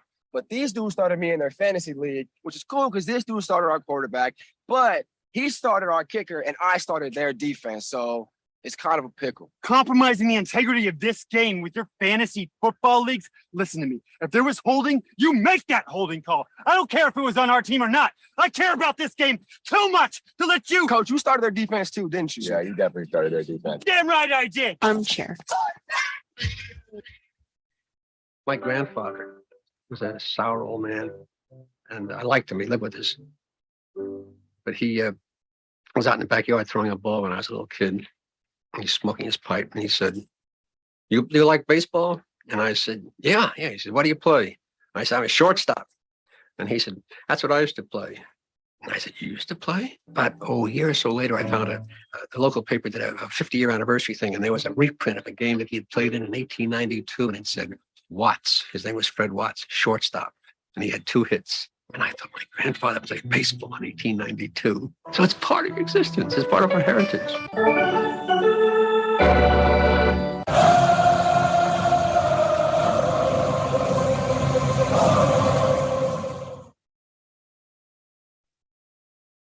Welcome back to Braves Country Baseball. Atlanta Braves trail 5-0, and the first pitch from Carrasco is swung on by Swanson and weakly hit into center field for a shallow fly ball. It's 1 away. Now stepping up to the plate is Matt Olson. Matt Olson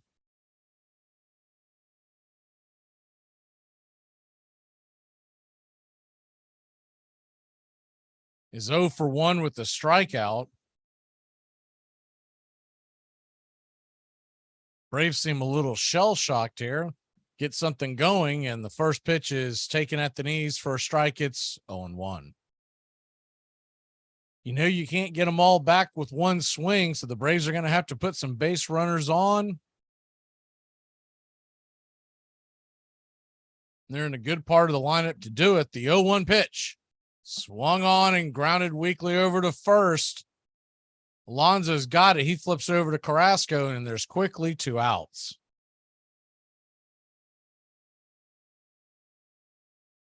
Olson and Swanson see 3 pitches and compile 2 outs.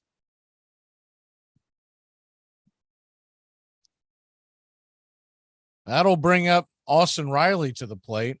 Riley, he's 0 for 1, grounded out to shortstop, a hard hit ball to Lindor his first time up. The first pitch to Carrasco is right there at the knees. Sinker taken all the way. It's 0-1. Houston leads Cleveland 1-0. That game is in the bottom of the third. Justin Verlander on the mound for the Astros. The 0-1 swung on and banged foul back behind home plate. It's 0-2.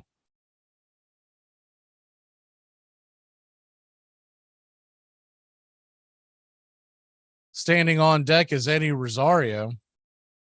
Carrasco with the 46th pitch of the evening. He kicks and deals, and it's a fastball wide and outside. It's 1-2. Strangely enough, it doesn't look like there's any rain taking place at that football game. It looks like there's just, I guess they're expecting lightning in the area. The 1-2 pitch. Nice slider in the dirt. Good eye by Riley. Evens up the count. It's 2-2.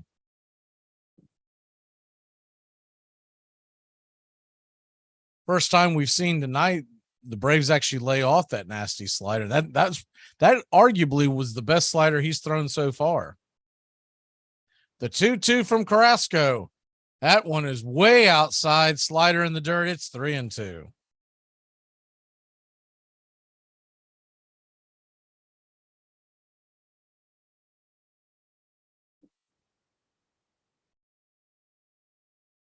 Twins and Blue Jays are scoreless in the bottom of the second. Carrasco looks in on the 3-2 pitch to Riley. Down below the knees, ball 4. Good eye by Riley. That was a close pitch. Definitely a ball.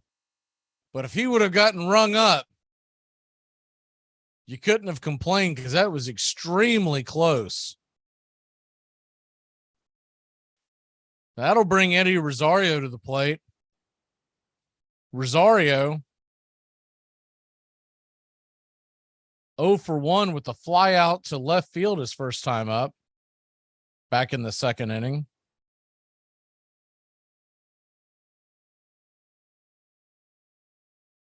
Lefty-righty matchup, and the first pitch to Rosario is way outside for a ball. It's 1-0.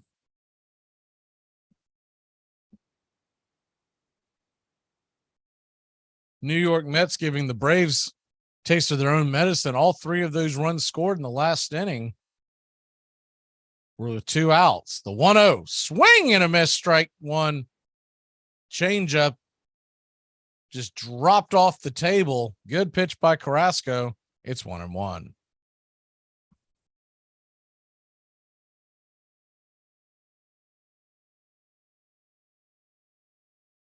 The 1-1. Here's the pitch. Smoke on the outer hot side of the plate, but way outside, it's 2-1. 95 miles an hour by Carrasco. One of his harder thrown pitches all night. Mets are in a shift, so anything down the third base line is nothing but real estate. The 2-1 swung on and popped up. Easily playable. Underneath it is the left fielder Naquin. He makes the catch, and that'll end the inning. So Austin Riley gets on with the base on balls, but the Braves can't capitalize. We'll head to the bottom of the fourth, 5-0 New York. Hey, what we always call on the game, PlayStation game, what we always call? Heads or tail on the PlayStation game. Tail. All right, then. You should have told him tail. I thought you told him. No, I told you. I thought you knew the best team always coach. They don't play the PlayStation like us. They don't play it like us. I thought you told him. That's why I said it. They don't play the PlayStation like us. They don't play it like us. This year, choose a yogurt that's right for you. With 2 grams of sugar per 5.3 ounce serving. Too Good Greek yogurt is too good to be true. So Delicious dairy-free yogurt and Silk yogurt alternatives are delicious plant-based swaps you can enjoy by the spoon or add to recipes. Oikos 000 yogurt and Light and Fit yogurt are tasty, non-fat yogurt options. So many flavors, varieties, and possibilities. Elevate any recipe and your everyday with yogurt. Shop at Target. I'm Amy Lawrence, and I'm up late, always, after hours, hanging out with you on CBS Sports Radio. Check it out, 2 a.m. Eastern, 11 p.m. Pacific. It all starts with just one thing. Glass jars can be reused to store food and spices, as a holder for combs and brushes in the bathroom, or as a container for plants and homemade candles, in addition to simply being recycled. Find tips and more at onethingus.com. You think about it. What is there in your life, besides your love of family, maybe, that carries all the way through from almost your earliest recollections till the day you die, and you care about it in one way or another? There are very, very few things that make that list. We come to things at various times in our lives when we can comprehend them, when we have an interest in them. But we have a child's interest in baseball, in my case, from the time I was 5. I can't imagine never having an interest in baseball. So it will be one of the few things in my life that I have cared about in one way or another all the way through.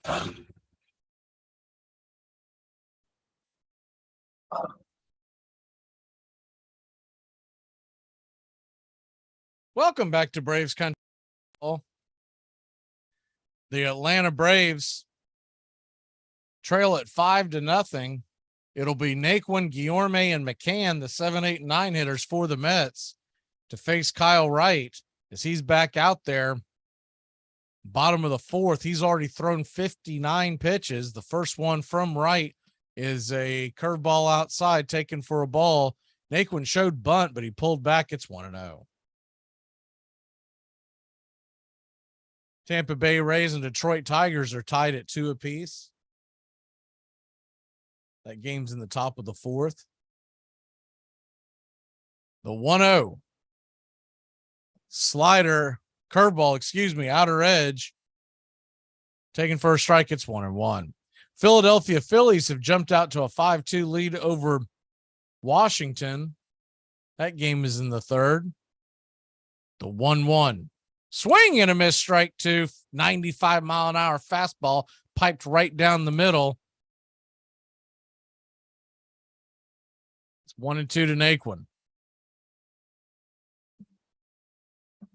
Tyler Naquin hit a solo shot his first time up. A fastball was about letter high, the 1-2. Fastball top shelf misses high. It's 2-2.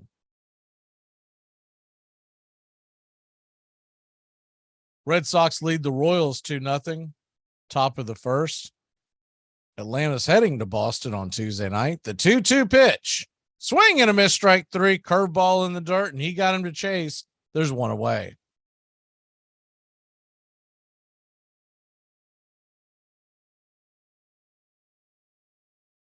Kyle Wright with his 3rd strikeout of the night.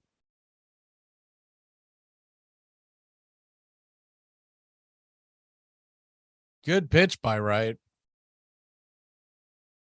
I don't dare say that he's starting to look better because I thought he was starting to look better last inning, and then the floodgates opened. Luis Guillorme comes to the plate, lefty-righty matchup, and the first pitch is a changeup in the dirt. It's 1-0.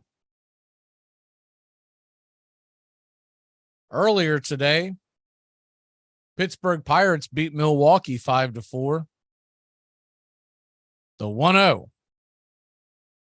In the dirt, diving out of the way is Guillorme. Changeup in the dirt. Goes to the backstop, almost gets him. It's 2-0.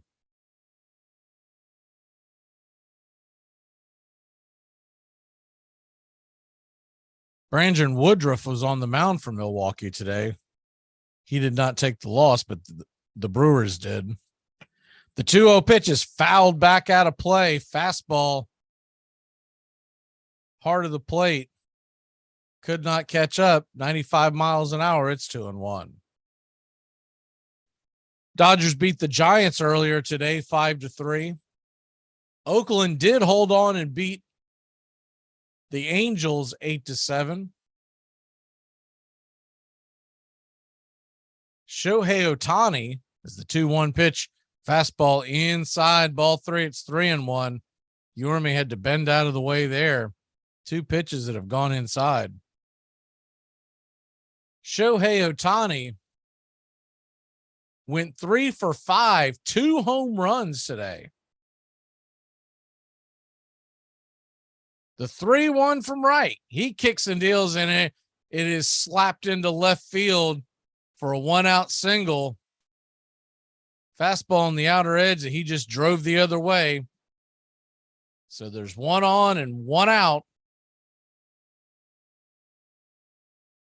For the catcher, number 9 hitter, James McCann.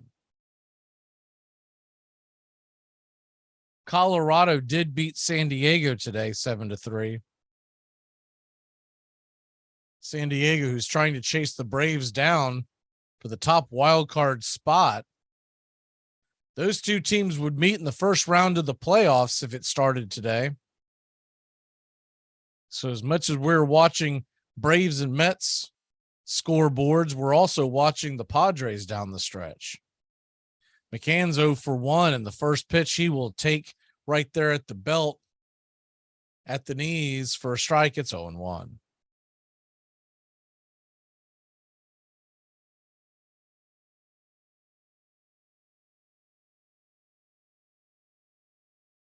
McCann, like most catchers, does not run very well, so he is a double play candidate. The 0-1 swing and right up the middle, and Arcia's got it, and he drops the ball, boots the ball and all the runners are safe, that should have been a double play, at least an out at second.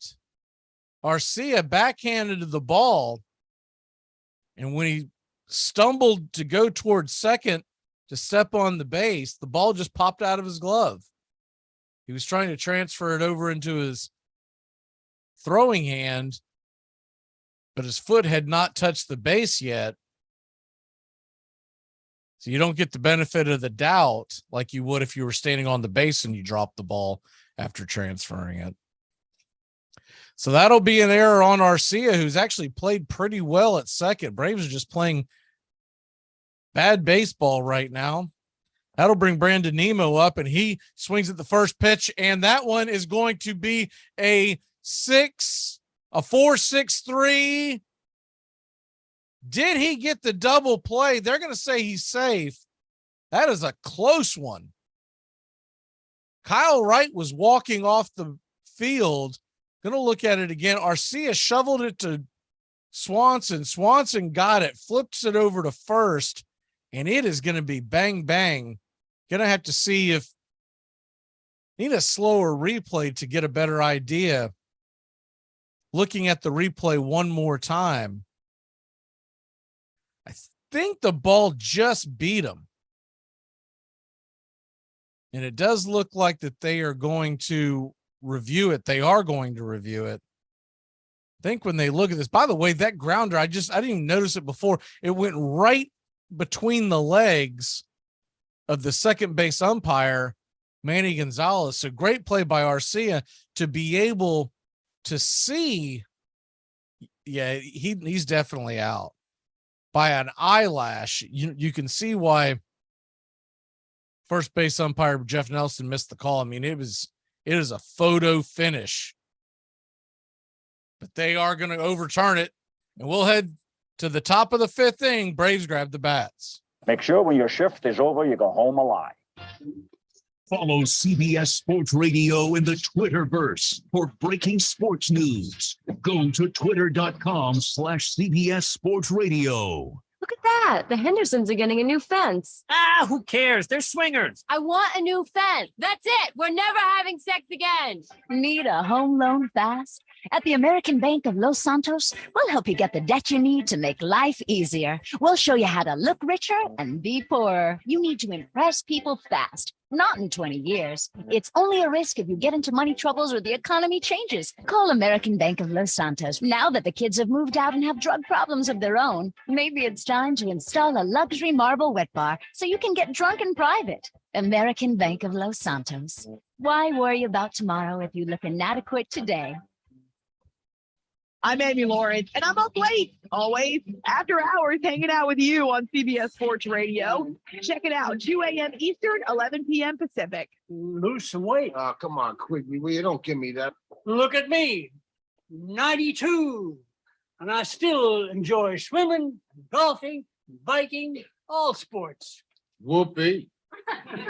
That too. Come on, after all at your age, must be down to a handshake, huh? Yep, before and after.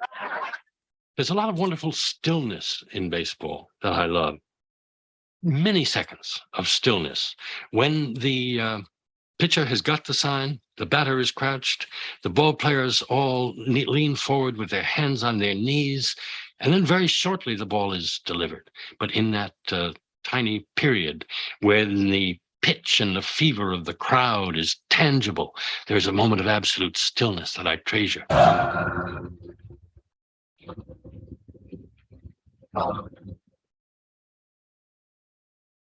Welcome back to Braves Country Baseball. The Atlanta Braves trail 5-0, and the first pitch is missed outside for a ball. It's 1-0.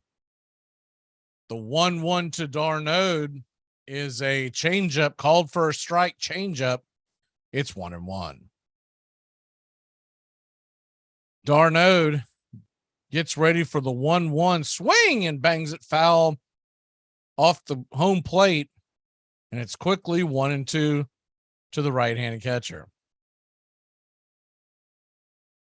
Standing on deck is Marcell Ozuna.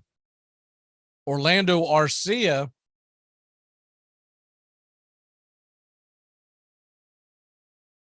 is in the hole. The 1-2 swung on and banged down the right field line over the first base dugout. We'll do it again at 1-2. Pitchers duel in Cleveland. Plesac versus Verlander. It's 1-0 Houston in the fourth. The 1-2 pitch hit hard into left field, and it is off the glove of Naquin. And turning the corner is Darnode, but he slams on the brakes, and it's a 1-out single. Good effort by Naquin. Someone with a little more speed ends up at second on that play, but Darnode knows down by 5 runs, not worth taking that risk. Ball came dangerously close to hopping over his glove. If that happens, Darnode's probably on third. Cracks me up about Darnode and his cowlick that always comes out of his helmet. And as I say that, Pete Alonso's playing with it at first. Marcell Ozuna's 1-for-1 on the night, and he takes the first pitch for a ball high upstairs. It's 1-1. It's 1-0. Ozuna single in the third inning. The Braves only hit until just a second ago. The 1-0 outside for a ball. It's 2-0. 2 sliders to start off the inning.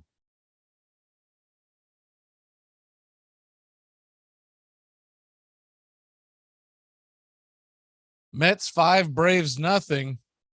2-0 to Ozuna is fastball off the glove, called for a strike.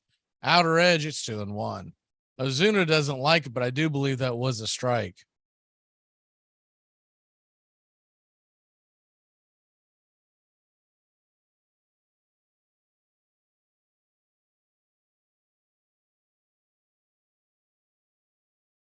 Mets are playing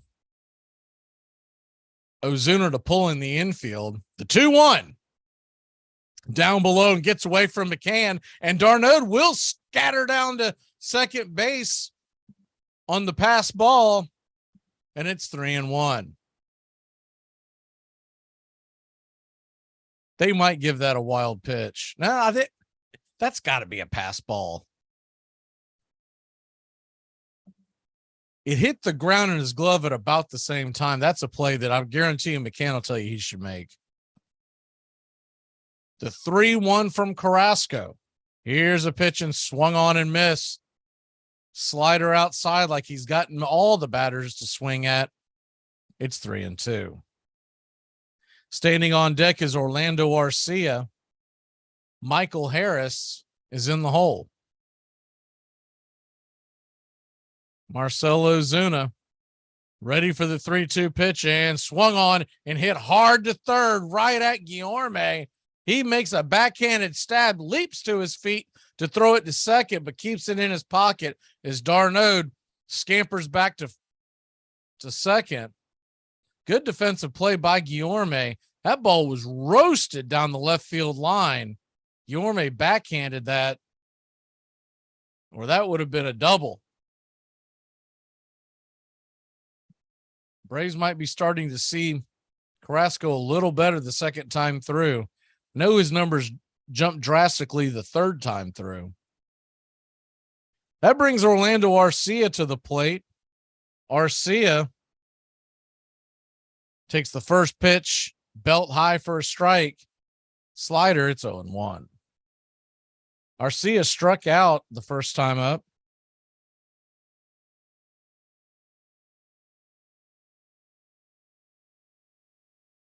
Darnode leads off of second as Arcia steps out of the box for a second. It is the 5th inning, so it's time to turn back time.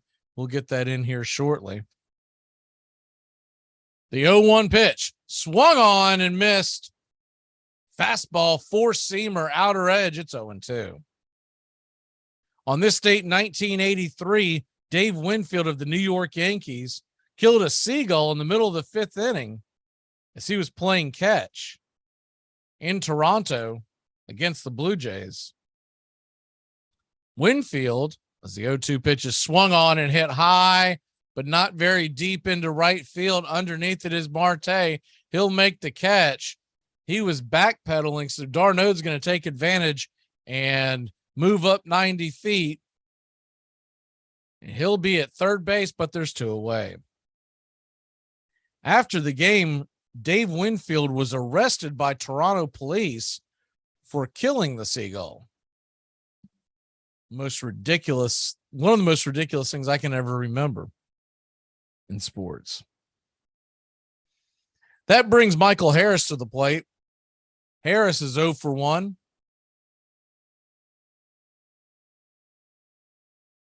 He grounded out to first his first time up back in the third inning. Braves trying to crack onto the scoreboard, and the first pitch to Harris is taken for a strike. Outer edge changeup. It's 0-1. On this date in 1993, the great Tony Gwynn went 6 for 7 against the San Francisco Giants,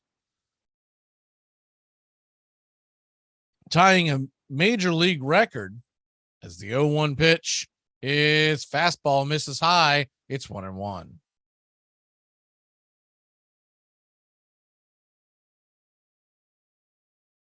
Four games of 5 hits or more, Tony Gwynn matched the mark of 3 other players. The 1-1 pitch swung on and roasted into right field, and that'll get through for a base hit.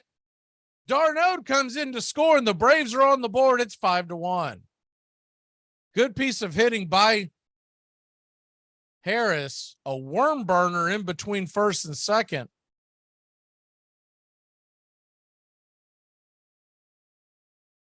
Ball was on the outer edge of the plate, and he just ripped it. McNeil was playing Harris pretty honest on that, so he pulled it through the hole. That'll bring Ronald Acuna Jr. to the plate.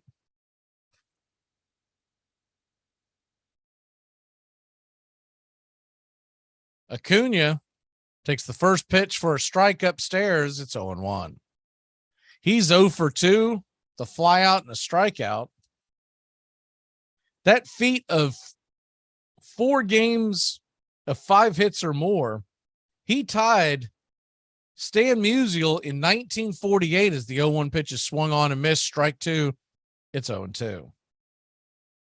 Musial in 1948, Ty Cobb in 1922 did it as well, and Wee Willie Keeler way back in 1897.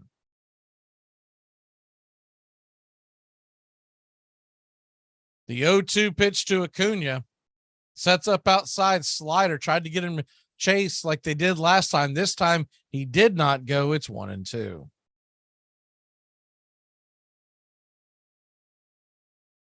Got a couple of more turn back times, but we'll wait till the next half inning.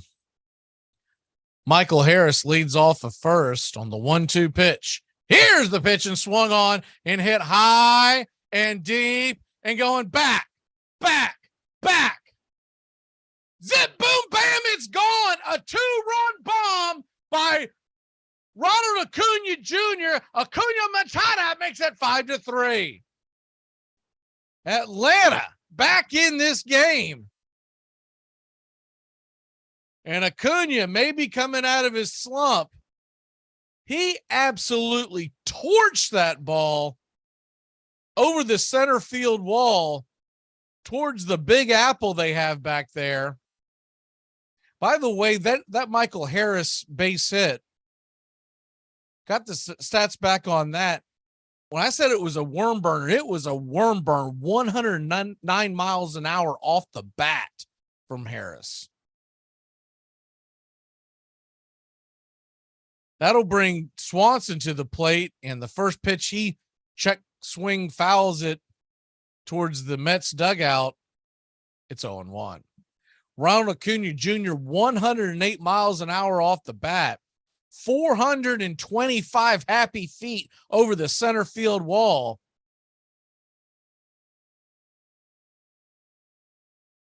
And it's 5-3. Here's the 0-1 pitch, and it's way outside, taken for a ball, evens up the count. It's 1-1. Swanson.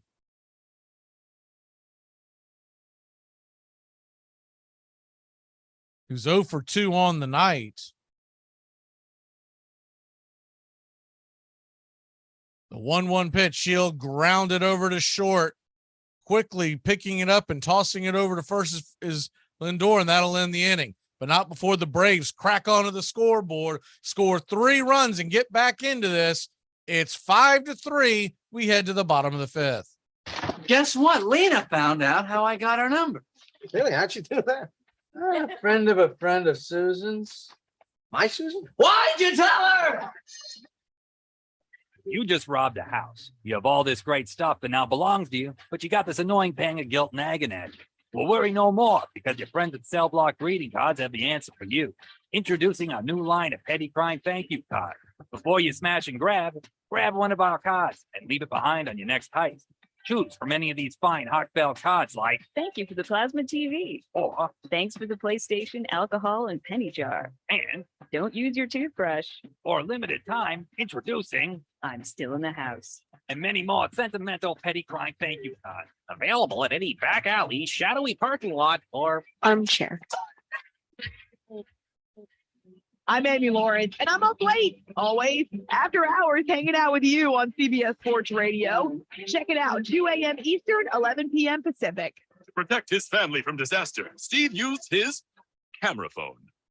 Done. By taking pictures of his important documents, Steve can always have them stored online. Learn more simple disaster prep tips at ready.gov. A message from FEMA and the Ad Council.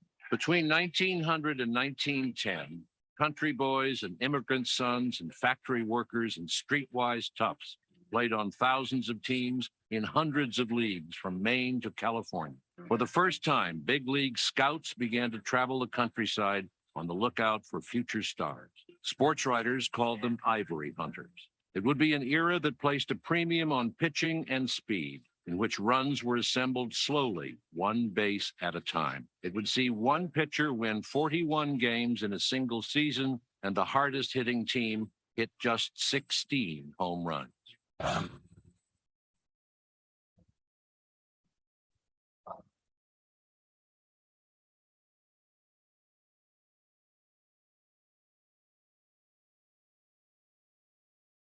Welcome back to Braves Country Baseball. Kyle Wright is back out there on the mound, and he'll begin the bottom of the 5th with the first pitch strike slider to Starlin Marte. It's 0-1.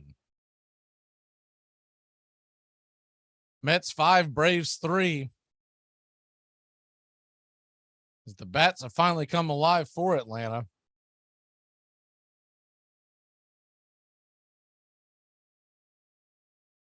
Total of 3 home runs on the night between the two teams. The 0-1 pitch is right there at the knees, called for a strike. It's 0-2. They have finally started that meaningless preseason game in Ohio. Just kicked that off. The 0-2 pitch swung on and hit to the right side. Olson's got it, backhands it, flips it over to Wright, who's covering first, and there's one away. Good defensive play by the Braves.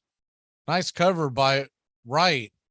He was on a full sprint making that catch.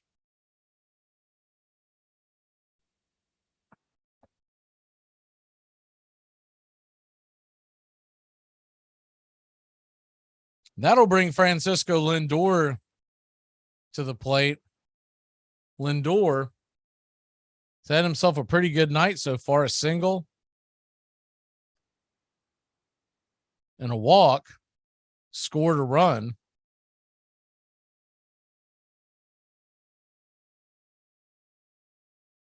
Darno went out there to talk to Wright about something. Saw something he didn't like, evidently.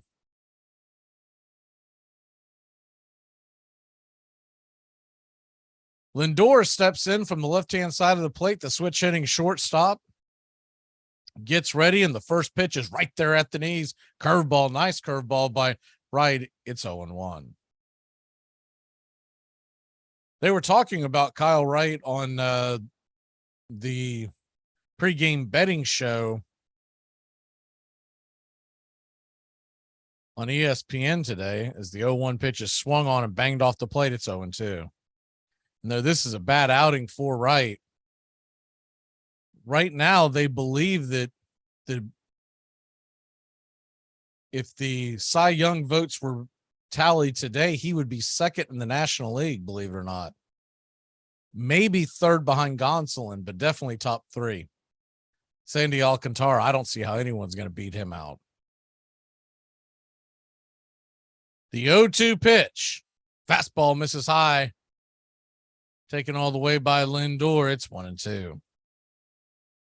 Braves have now got a full shift on Lindor. Riley playing shallow right field. Swanson, even his shortstop position is a pull position. And the pitch is fastball swung on and missed. Strike three. Top shelf. And there's two away. That'll bring Alonso to the plate, and they have not figured him out at all. Alonso.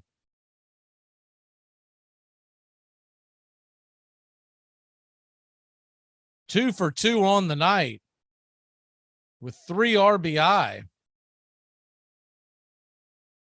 He steps in, and the first pitch he swings, and it's grounded over to Swanson. Swanson fires it back over to first, and it's a quick inning for Kyle Wright. The Braves will grab the bats, down by only 2. We head to the 6th inning. I started blasting. Bah, bah. Well, I don't see so good, so I missed. Then they ran away. I ran after them. Okay. Bang! Try to shoot him in the back, but I don't want so good either.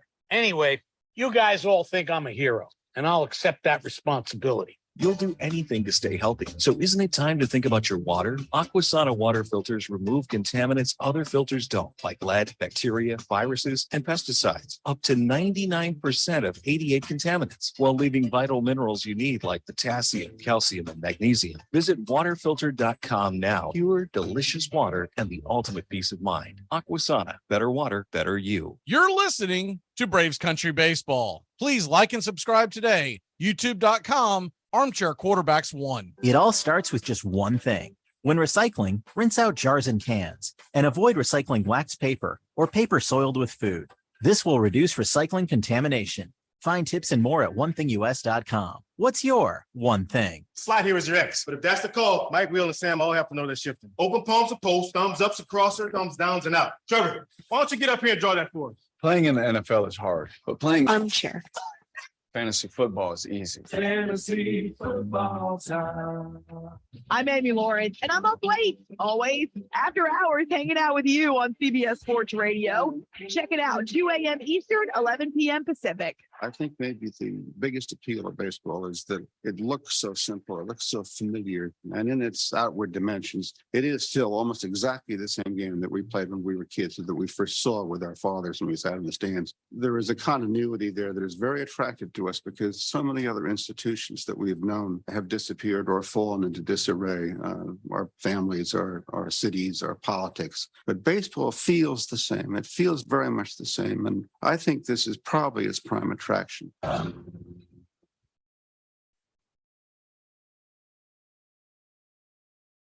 Welcome back to Braves Country Baseball. I'm Mac McGee. We are here every Tuesday and Friday night. This is a Thursday night pop-up edition, and Matt Olson comes to the plate, swings at the first pitch in the dirt. It's 0-1. Olson is 0 for 2 on the night.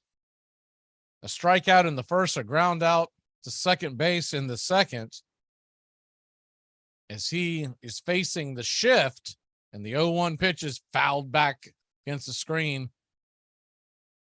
92-mile-an-hour fastball, top shelf. It's 0-2. On this date in 1993, Robin Ventura of the Chicago White Sox decided it was a good idea to charge the mound against Nolan Ryan. 6 punches to the head later, he found out it was not a good idea. The 0-2 pitch in the dirt, taken for a ball. It's 1-2.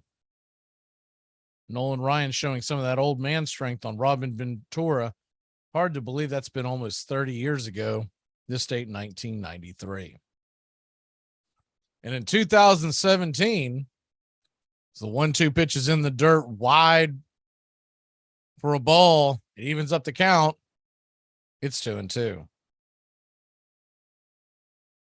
On this date in 2017, the Braves become a part of Major League history as Jaime Garcia throws his third consecutive start in 15 days with 3 different teams. The 2-2 pitch to Olsen is outside fastball, top shelf, just outside. It's 3-2. Austin Riley, the tying run, stands on deck. Jaime Garcia pitched for the Atlanta Braves. It's a 3-2 pitch, swing and hit hard to the right side, but right into the shift. Gathering the ball and flipping it over to first is McNeil, and there's one away. Garcia pitched for the Braves, who traded him to the Minnesota Twins.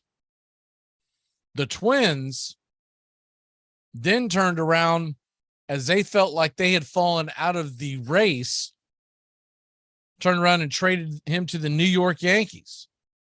That was the first time that one player had thrown 3 consecutive starts for 3 consecutive teams, 3 different teams, excuse me.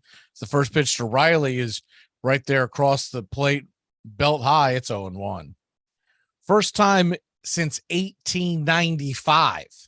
So 122 years separated.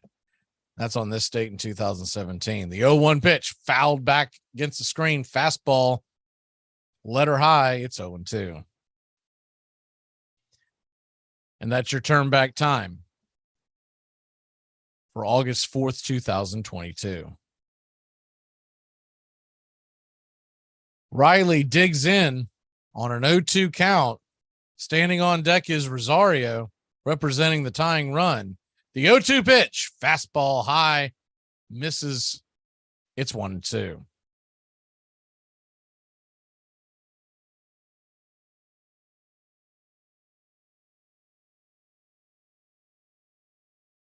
Mets 5, Braves 3, top of the 6th, 1 out.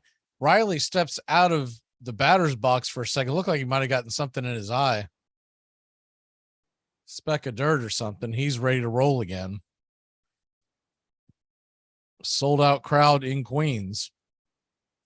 The 1-2 from Carrasco. Swing and just fouled down the line towards the Mets dugout, third base side. It's 1-2. Mets are playing Riley pretty straight up now with 2 strikes.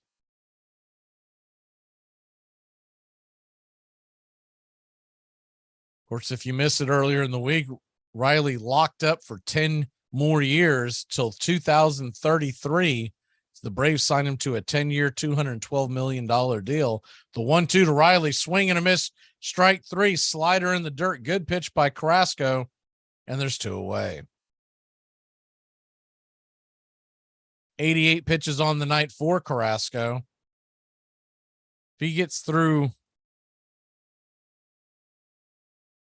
Rosario here, he may come out for the 7th.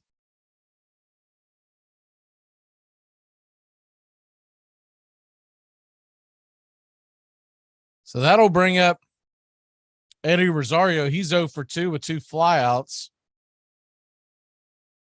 And the first pitch to Rosario swung on, and he hits another fly out to center field.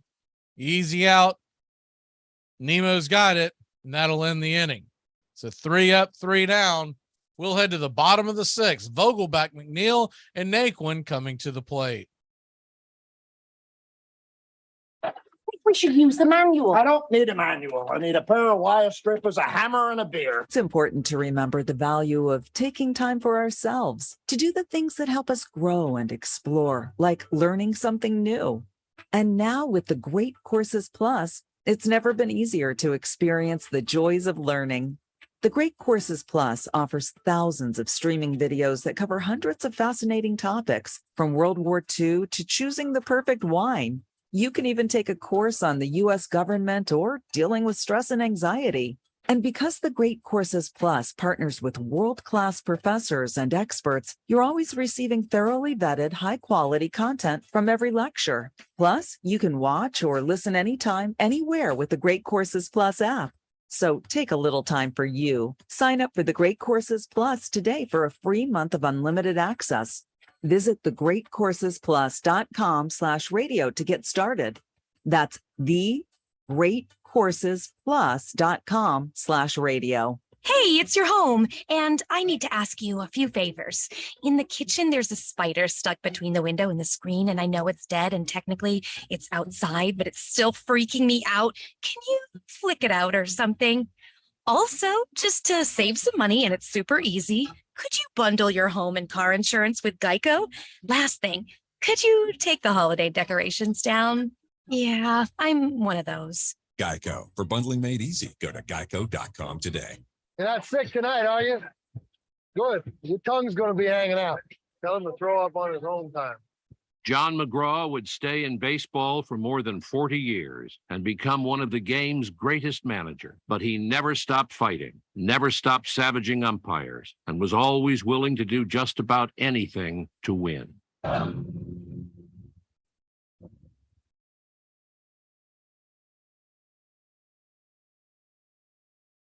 Welcome back to Braves Country Baseball. New York Mets lead the Atlanta Braves 5-3 as we head to the bottom of the sixth inning. And Vogelbach comes to the plate.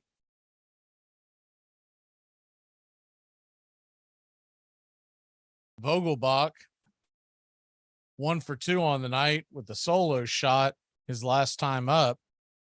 The first pitch from right is inside, curveball, misses way inside. It's 1-0.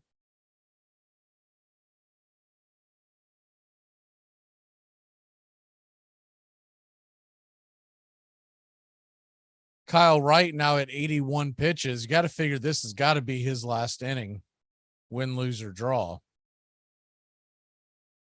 Houston is now up 4-0 against Cleveland. As the 1-0 pitch from Wright is outside for a ball. It's 2-0.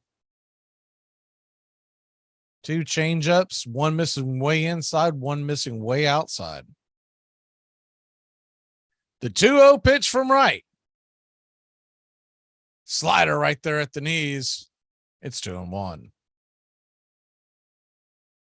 Pitching matchup tomorrow night. Taijuan Walker of the Mets will go to the hill, and Ian Anderson, though he has struggled, pitched well his last time out and usually pitches well in New York.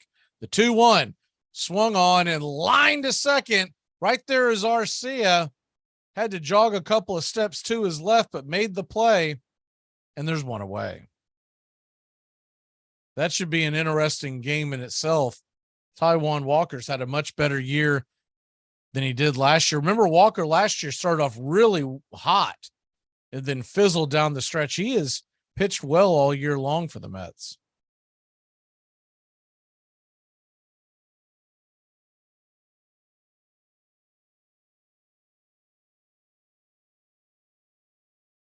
So that'll bring up Jeff McNeil, the number 6 hitter. He's 0 for 2 on the night.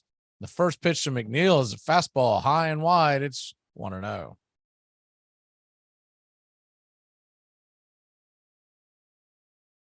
They haven't officially locked in on what the pitching matchup will be on Saturday, though Scherzer will go for the Mets. The 1-0 pitch is swung on and fly it out to center field. Michael Harris is underneath it. There's 2 away.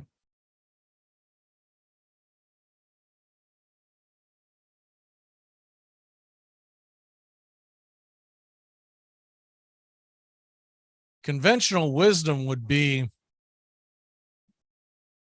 it'll end up being Scherzer versus Fried in the early game, and Odorizzi versus possibly Dylan Peterson. They have not announced it yet. That'll bring Tyler Naquin to the plate. Naquin 1 for 2, and he's got a home run. One of 3 home runs by the New York Mets. The Braves have 1 home run.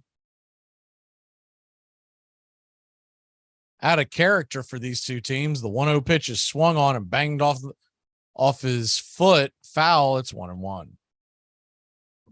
Braves are number 2 in baseball in home runs. The Mets scuffling towards the bottom, but Kyle Wright took quite a while to get going tonight.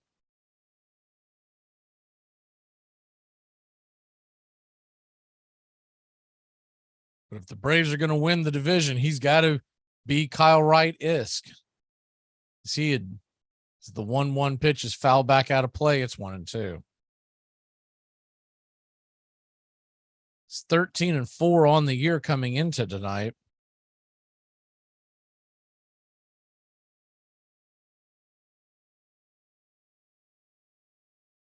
See, the other news for the trading deadline that was interesting. So when the New York Yankees sent Jordan Montgomery to St. Louis, as the 1-2 pitch misses high and wide, fastball 95 miles an hour, it's 2-2.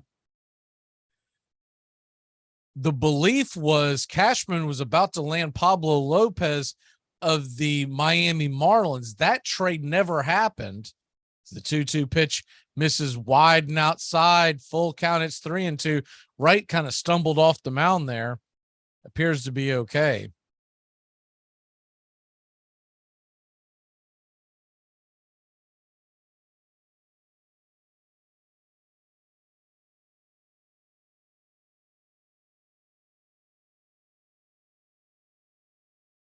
And Kyle Wright gets set on the 3-2 pitch. He kicks and deals, swung on and hit high and deep into left field, going back against the wall, over the wall. It's a home run. 2 home runs by Tyler Naquin. It is 6-3 New York. That ball got out of here in a hurry. Didn't look like he got much of it at all. Thought it was going to be a fly out, but that ball just kept going and going and going. Once again, it was a curveball that hung, and Naquin got underneath it and lifted it over the wall. Braves now trail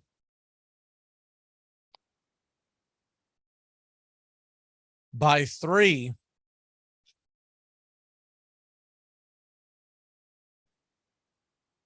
Four home runs on the night by New York. Obviously, all given up by Kyle Wright. The first pitch to Guillorme, the number 8 hitter, misses inside. And it's 1-0.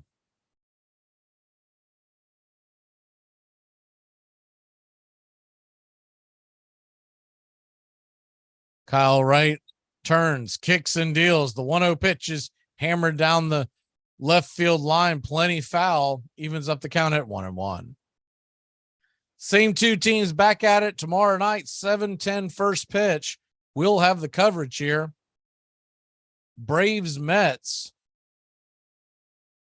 Walker versus Anderson. It does look like, as the 1-1 pitch misses high and wide, it's 2-1. It does appear that it will be Max Fried versus Max Scherzer in that early game on Saturday. And Odorizzi will pitch Saturday night. Mets have not announced their starter, but I would think it's going to be the lefty Dylan Peterson.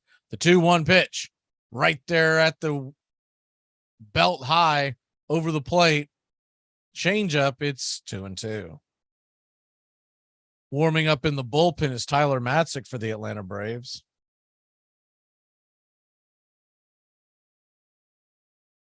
The 2-2 from Wright.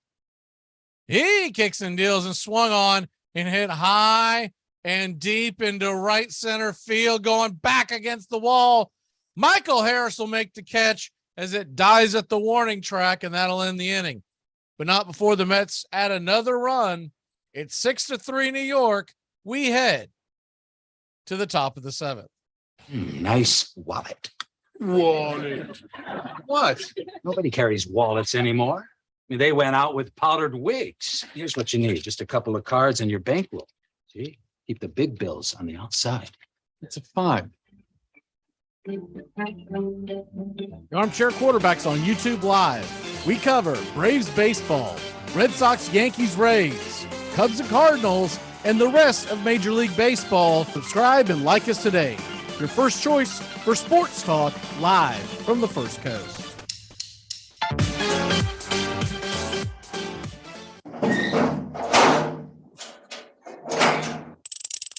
If you don't have cable, you're going to be forced to read or something, man. You got to get cable fast. Yeah. I mean, it's been rough. What city did you just move to, Wilbanks? Houston. With somebody listening, if anybody's in Houston, please call in. We need to get Wilbanks some cable so he can watch the game tomorrow. Let's start the man a party. Or at least do the man a solid and leave your windows open so that he can peek in at the Super Bowl. The straight guy outside your house watching the game, he's with us. Don't worry. Armchair.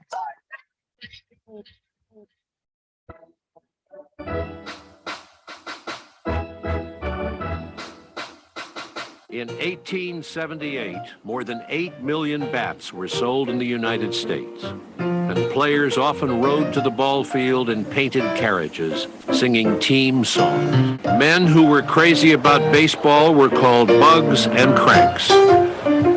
Women who shared their excitement were cranklets. Later, they would be called fans, short either for baseball fanciers or fanatics.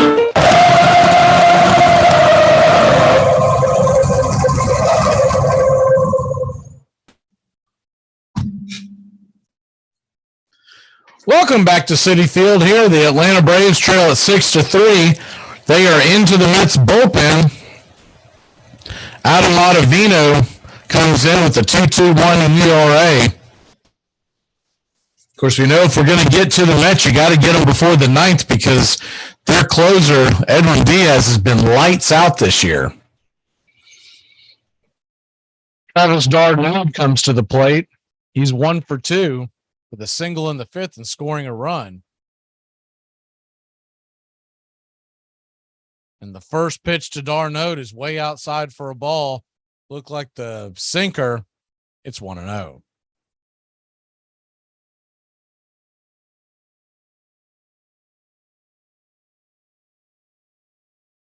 Travis Darno digs into the 1-0 pitch and he hits it hard to third. Backhanded by Guillorme. He's got it, and it's an easy 5-3 put out. There's one away.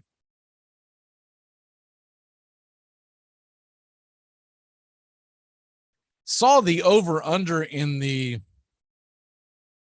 preseason game tonight. It was 30.5. And that sounded extremely low, but it's only 6-0. They're almost at the end of the first. And these two teams play at the beginning of the year. So not only are none of their starters playing tonight, or very few of them, there's a belief system that what would already be a vanilla play calling will be even more vanilla as the first pitch to Ozuna misses outside and wide. It's 1-0. Because essentially you've got a practice going on because you don't want to give the other team the upper hand. With new coaches in both cities, so the 1-0 pitch to Ozuna is taken for a strike. Sinker, outer edge, a little high for a sinker, but it's 1-1. So if you think preseason football is boring to begin with, this game should be extra boring. The 1-1 to Ozuna. Kicks and deals and grounded over to short. Lindor's got it. He fires it over to first, and it's 6-3 on the putout. There's 2 away.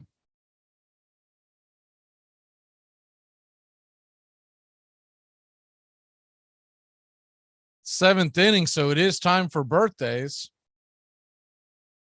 By the way, yesterday was the birthday of the great Sid Bream. Do want to get that in. I watched Sid Bream 92 Game 7 this morning. Happened to be on TV as the first pitch to Arcia misses wide and off the plate. And he calls it a strike. It's 0-1. That was far from a strike. And it wasn't a great frame job. That was just a blown call. The 0-1 pitch to Arcia, swung on and hammered foul down the third base line. We'll do it again. It's 0-2. I cannot turn on that 92 Game 7 without watching it to the end. But happy birthday in Braves country to Mike Soroka. He's 25 years old, and the man at the plate, Orlando Arcia, he is 28 today. The 0-2 pitch misses outside for a ball. It's 1-2. Other baseball birthdays. Brady Singer of the Royals, he's 26. Domingo Germán is 30. And Roger Clemens, with his 354 wins, is 60 years old today. The 1-2. Off the plate wide, it's 2-2. Fastball misses. Other birthdays of note, John Riggins, the running back for the Washington Redskins, turned 73 today. Jeff Gordon is 51. And Billy Bob Thornton is 67. And that's your birthdays. The 2-2 to Arcia. Off the plate, and this one is called a ball. It's 3-2. That pitch was in the same area as that ridiculous strike at the beginning of the at bat. So it's a full count to Orlando Arcia. Standing on deck is Michael Harris. The 3-2 pitch to Arcia. Swung on and hammered up the middle for a single. It's a 2-out single. And the inning stays alive. There's 2 away. Good piece of hitting by Arcia.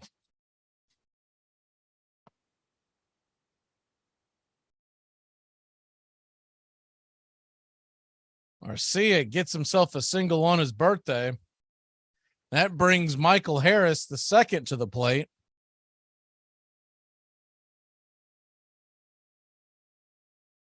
It's a good piece of hitting, too, by the way. That was a sinker on the outer edge that he just kind of flipped into center field. Didn't try to do too much with it. The first pitch to Harris as they set up off the plate and outside is slider right there on the edge, kisses the black. It's 0-1.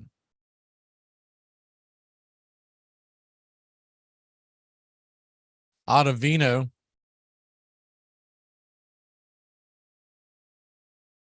Twelve pitches in this inning so far. Ronald Acuna Jr., who homered last time, stands on deck, representing the tying run. The 1-0 pitch from Ottavino. Wow, way outside, goes off the wall, and scampering down to second is Arcia. That ball had to have slipped from Ottavino. Had to. He must have lost the grip. That ball was 10 feet outside off the plate. McCann tried to make the play, but that was not much of a chance. It ricocheted. Almost was a good ricochet, but it bounced off the umpire and allowed Arcia to get up to second base. See, some of those, they'll ricochet off the wall and go right back into the catcher's mitt, and you're dead meat. So Arcia now in scoring position on a 1-1 pitch and swung on and ripped up the middle. And that's going to get into center field. Around third is Arcia. He'll score it at 6-4. Good piece of hitting by Michael Harris. He sent it right back up the middle. And gets an RBI. Arcia gets a run. And it ain't over yet.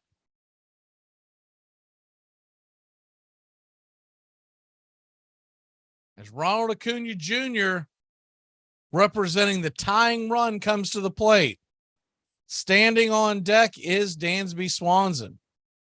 Lindor, valiant effort, tried to make the circus play, but the high hop went past his glove. Acuna's 1 for 3 with a 2-run home run his last time up. Zonavito throws it over to first to keep Harris close by. That can't be his best pickoff move. He might as well have telegrammed he was throwing it over there, so he might be setting him up.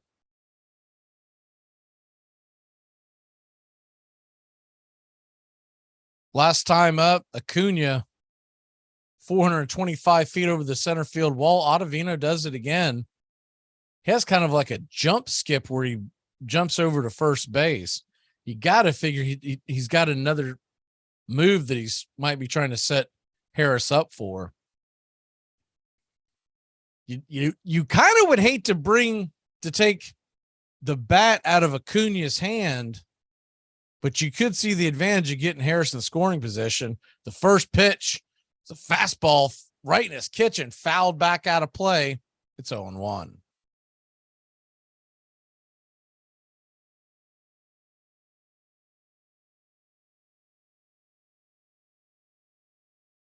If Acuna can keep it going, Swanson is on deck with Olsen in the hole.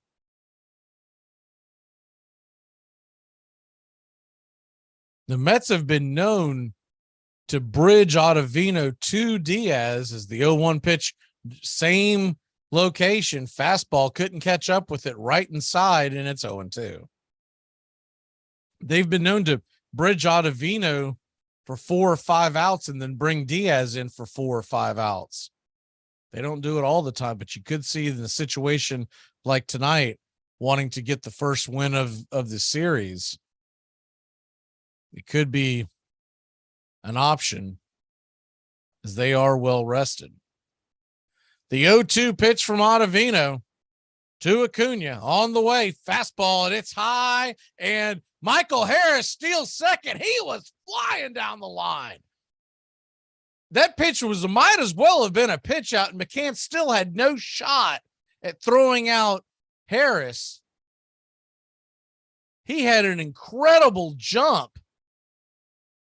Watching the replay, he was leaving before Ottavino ever let the ball go.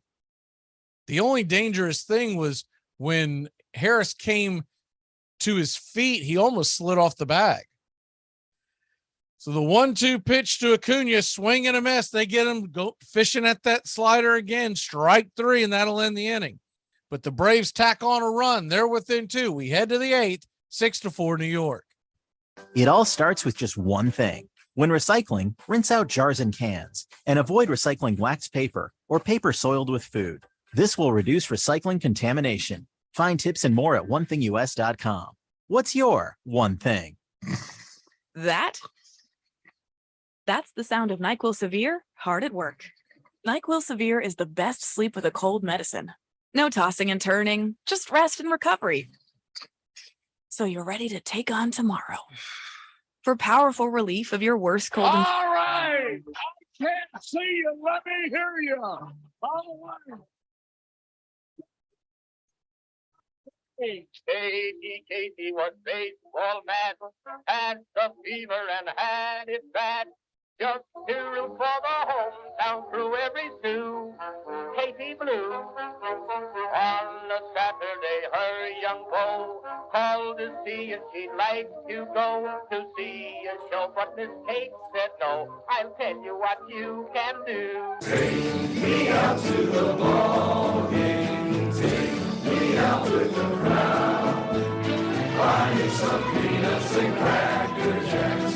I don't care if I ever get back. Let me root for the home team. If they don't win, it's a shame. For it's 1, 2, 3, stretch around and the old ball game. Casey saw all the games, knew the players by their first name. Told the umpire he was wrong all along, good and strong. When the score was just 2-2, Casey knew what to do. Just to cheer up the boys he knew, he made the gang sing this song. Take me out to the ball game. Come on. Take me out to the crowd. Buy me the peanuts and Cracker Jacks. I don't care if I never get back. Root for the home team. If they don't win, it's a shame.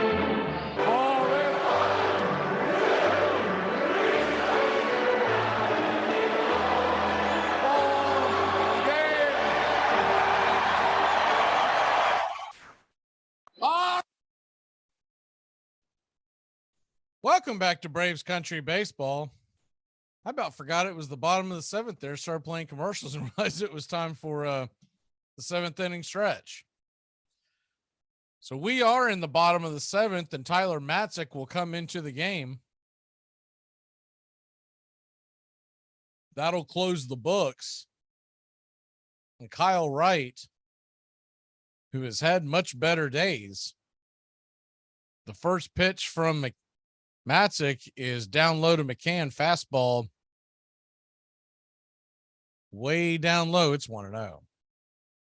Kyle Wright, 6 innings, 6 earned runs off 7 hits, 4 home runs allowed, 2 walks, and 4 strikeouts.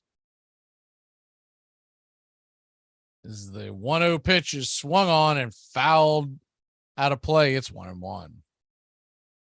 Raising his 2.91 ERA to 3.22.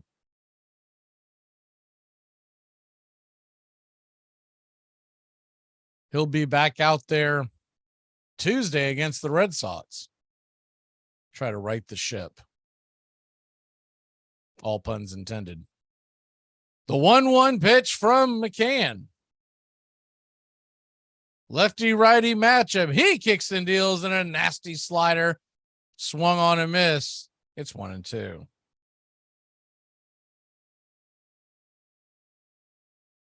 In the Braves' 8th inning, Atlanta will have Swanson, Olson, and Riley, the heart of the Atlanta order, try to climb back in, only down 2 at this point. Matzik can keep it. The 1-2 pitch, swing and a miss, strike 3. Falls right off the table. Got him with the slider again. That slider is a nasty bite. Remind me of the slider he had last October. Maybe he's getting back to that kind of form.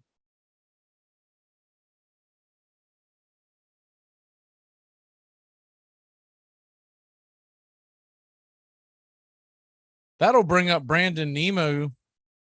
Brandon Nemo's 0 for 3 with a ground out and a strikeout.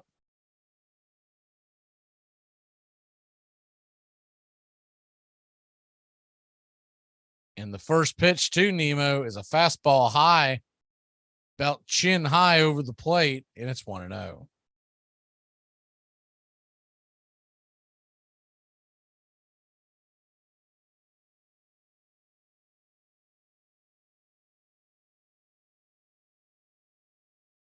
Brian Snitker was interviewed earlier today as the 1-0 pitch swing and fouls it back, 94-mile-an-hour fastball, outer cut. It's 1-1.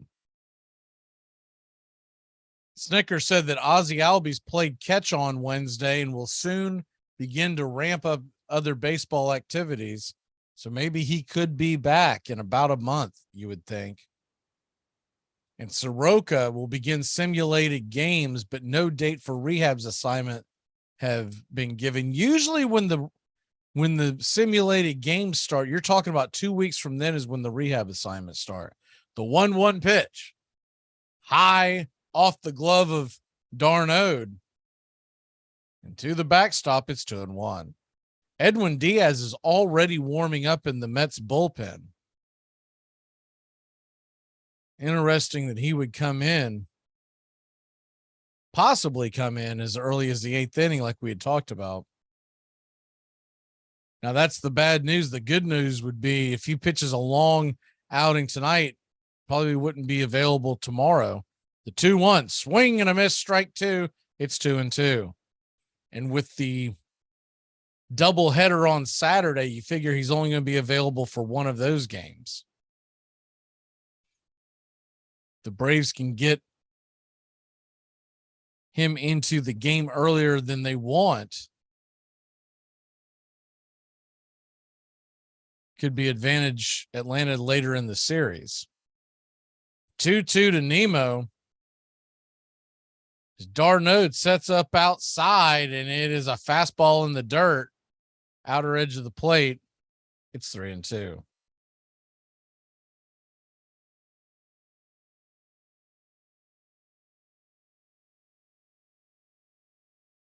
Mets 4, Braves Mets 6, Braves 4. Wishful thinking there, right? Bottom of the 7th. A full count to Brandon Nimmo, the number 1 hitter. The number 2 hitter standing on deck of Starlin Marte.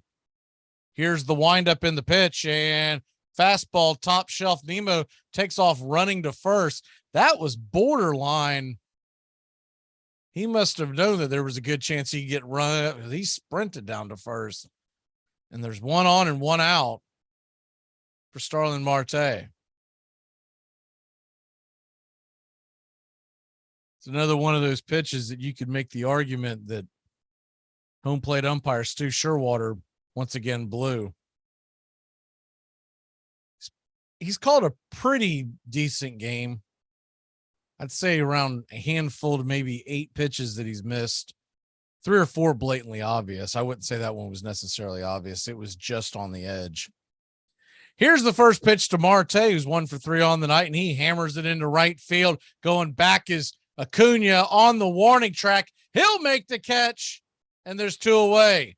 Scampering back to first is Brandon Nimmo. Good play by Acuna. Acuna's had some rough goes there in the outfield in recent. Of course, we all know he's got a great arm, but he has had some difficult plays in the outfield recently. Good to see him make that catch.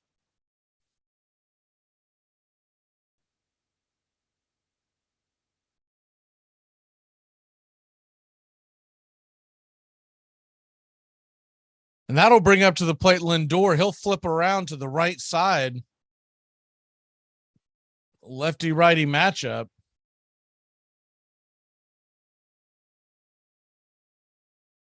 And flipping it over to first to keep Nimmo close by is Matzik.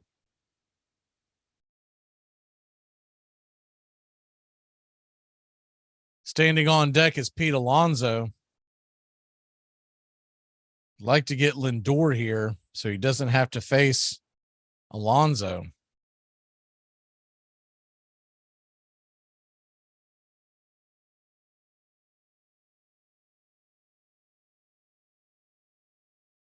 Raciel Iglesias has reported to the team.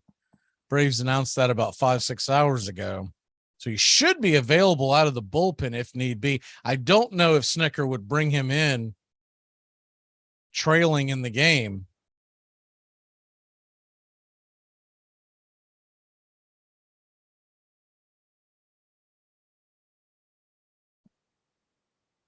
Tyler Matzik digs in, kicks and deals. The first pitch is in the dirt, gets away. Darno blocks it, keeping Nimmo at first. It's 1-0.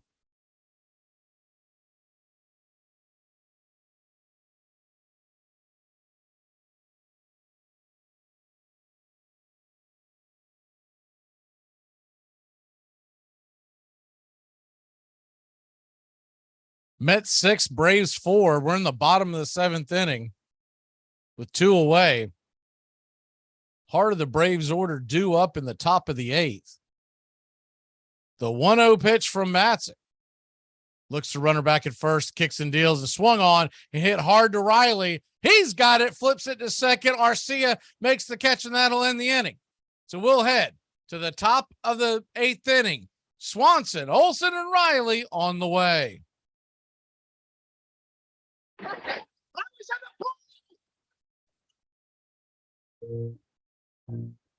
Hey, Braves fans, the Armchair Quarterbacks YouTube channel are bringing you Braves baseball all season long. Hi, I'm Mac McGee, and I'll be bringing you Braves baseball play-by-play for the Braves fans out there, for all of Braves country. So pull up an armchair and join us for Braves country baseball, first pitch to last pitch, all season long, right here on the Armchair Quarterbacks YouTube channel.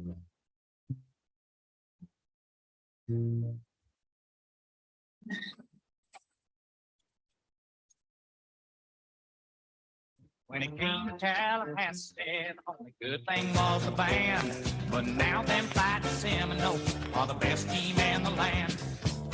Bobby Bowden, you're the coach for me. Bobby Bowden, please stay in Tallahassee. Them Gator fans used to joke and clown when Florida State would come to town. But they stopped laughing thanks to Bobby B. Armchair. Stupid interviews. Hey, you're a member of the Buffalo Bills. How does it feel? Well, it's a blessing. I want to thank God. Going to try to do my best. It's a great organization. And I'll say the last 80 guys said. So, yeah. By the spring of 1861, there were 62 member clubs in the National Association of Baseball Players. Free blacks in northern cities had established their own teams. And Henry Chadwick was trying to start a baseball club in Richmond, Virginia, when the new season was suddenly interrupted.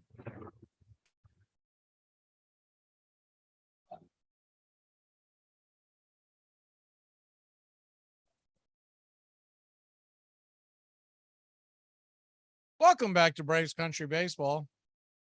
Atlanta Braves trail at 6-4, but the heart of the Atlanta order is coming up to bat.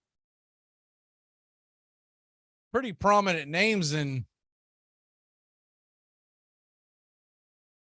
Major League Baseball are on the move today, as Edwin Diaz is coming in to start the 8th. So it looks like they're going to try to get a 6-out inning from Diaz.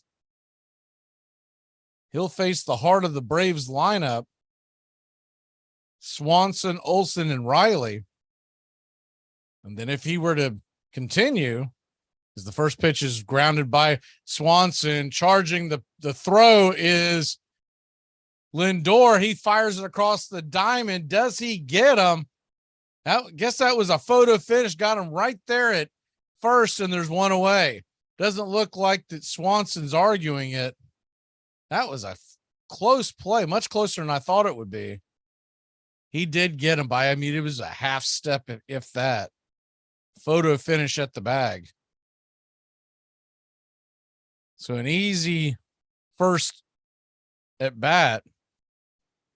You would have thought they would have had some kind of conversation with Swanson and company as the first pitch to Olson is a 100-mile-an-hour fastball right down the pipe, swung on and missed.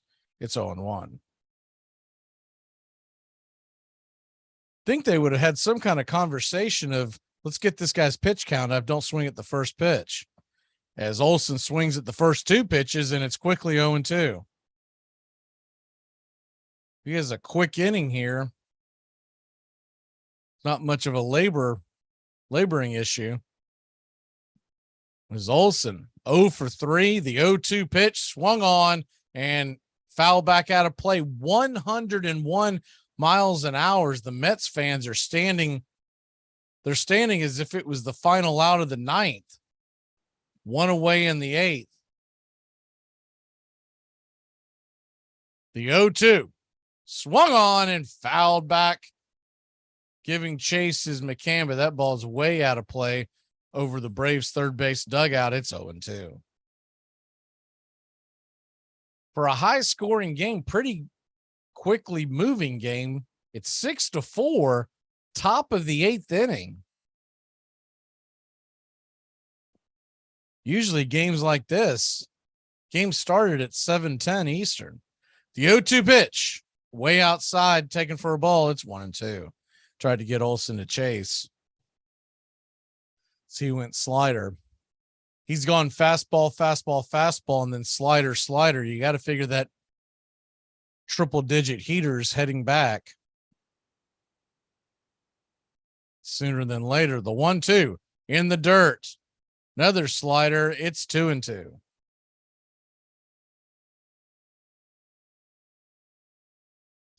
Standing on deck representing the tying run is Austin Riley.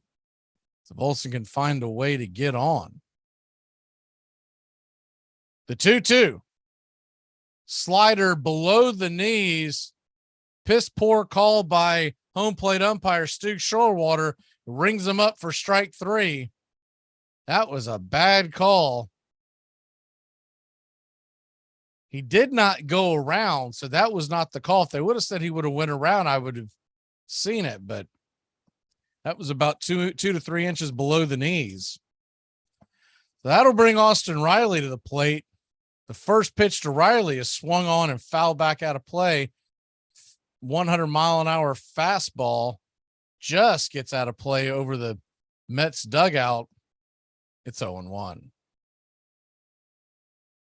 Can you imagine if Austin Riley can time up an Edwin Diaz 100-mile-an-hour fastball? That thing would come crashing through a window at Truist Park. Diaz, for all intents and purposes, you got to figure is the best closer in the game right now. He has struggled in years past, but has put it all together. The slider and the 0-1 pitch is right there for a strike. Inner part of the plate, it's 0-2. Good pitch by Diaz. Assuming they would send Diaz back out for the ninth, and I don't know why they would not. If he were to get Riley, here's the 0-2 pitch, swing and a miss, strike three. Could not time up the slider. And we'll head to the bottom of the eighth inning. The Mets lead it by 2. Hey, does Tay Diggs follow you on Twitter? No, but Kraft Singles does. Big news and the big games covered in the Big Ten by the Armchair Quarterbacks all year long. Averaging just under 38 on 44 kicks this year. Nice high kick, got a little wind under it, and it runs Howard back. Look at that. Oh my goodness. One man. Well, the ball is actually a little short of the 1 yard line now. It is 4th down, the final play, unless they can stick it in the end zone. Andre Johnson, Roscoe Parrish, and Kellen Winslow and Dorsey under pressure. Throws in. Anytime play. They went to Hickman, and Penn State, well-timed blitz. LeVar Arrington, the All-America candidate, came across. Well, it was a great athletic play by LeVar Arrington. As you see, he times his blitz very well, leaves his feet, and hits Hickman in the backfield. Big Ten football covered in the Southeast by the Armchair Quarterbacks. Hey, can I tell you one thing? That's 3 holding penalties on one football team in a quarter and a half. That ain't funny. Virginia, April 3rd, 1862. It is astonishing how indifferent a person can become to danger. The report of musketry is heard but a very little distance from us. Yet over there on the other side of the road is most of our company playing bat ball. And perhaps in less than half an hour, they may be called to play a ball game of a more serious nature. Frederick Fairfax, 5th Ohio Infantry.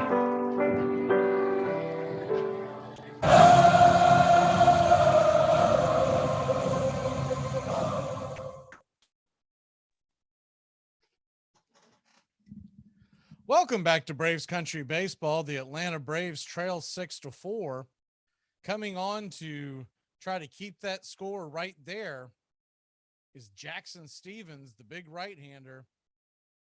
Number 53 comes into the game to face Alonzo Vogelbach and Jeff McNeil. Stevens, 2.52 ERA, 37 strikeouts in 35 innings, just 14 walks.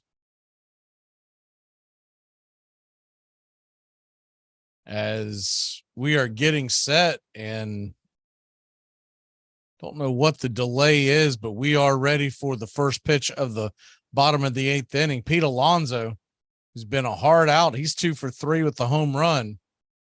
His one out was a hard hit ball to the third base side.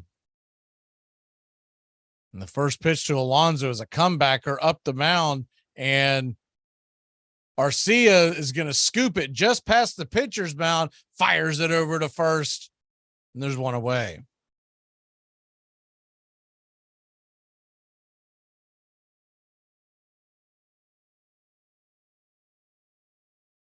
That'll bring Vogelbach to the plate. And I'd like to see Vogelbach and Jackson Stevens get into a barroom brawl, I bet they would break every piece of furniture in there. Two big old boys. So Vogelbach comes to the plate. He's 1 for 3 with a solo home run. Lefty righty matchup. And the first pitch from Stevens is curveball, outer edge, called for a strike. It's 0-1. Vogelbach batting .237. Braves playing in a full right-handed shift. Riley playing shallow right field. The 0-1 curveball inside, taking first strike. It's 0-2. Dansby Swanson, the only person left of the second base bag, and he's maybe 7 to 10 feet left of the bag. So anything hit down the third base line, even as slow as he is, would be a hit. The 0-2 curveball outside, taken all the way, but just off the plate. It's 1-2. Standing on deck for the Mets,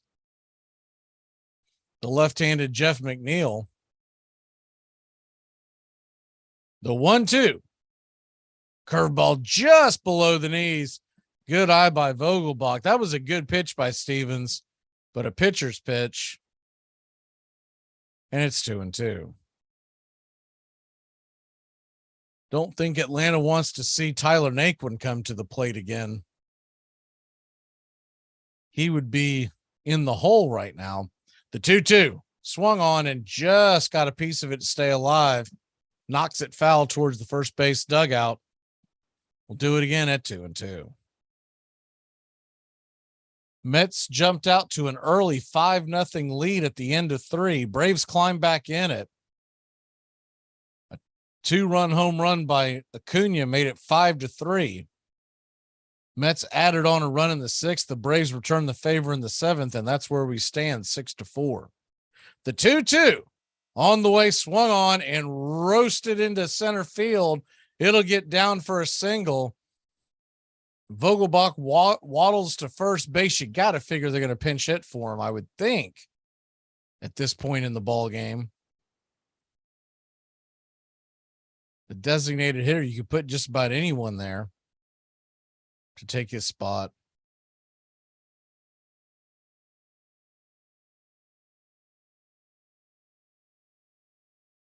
Taijuan Walker and his 2.79 ERA, 9-2 on the year, comes to the hill tomorrow. It's hard to believe Ian Anderson's ERA is at almost 5, but he's 9-6 on the year. Tells you he gets a lot of run support.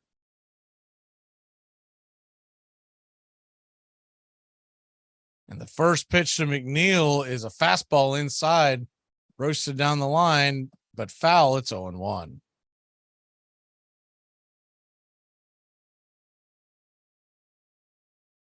They did leave Vogelbach in the game to run. A little surprised by that.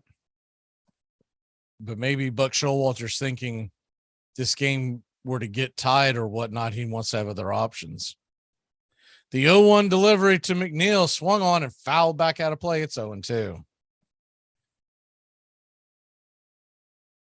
The Will Smith experiment in Houston is underway.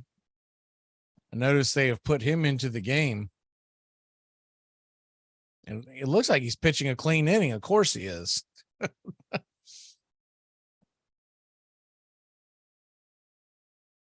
Jackson Stevens looks in on the 0-2 count.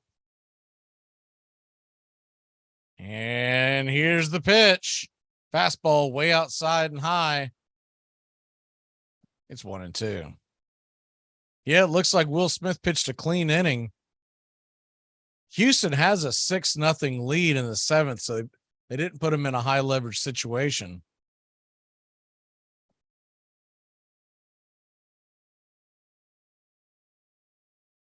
I can't imagine many Braves fans have any ill will towards Will Smith. We wish him well, just not when he plays us.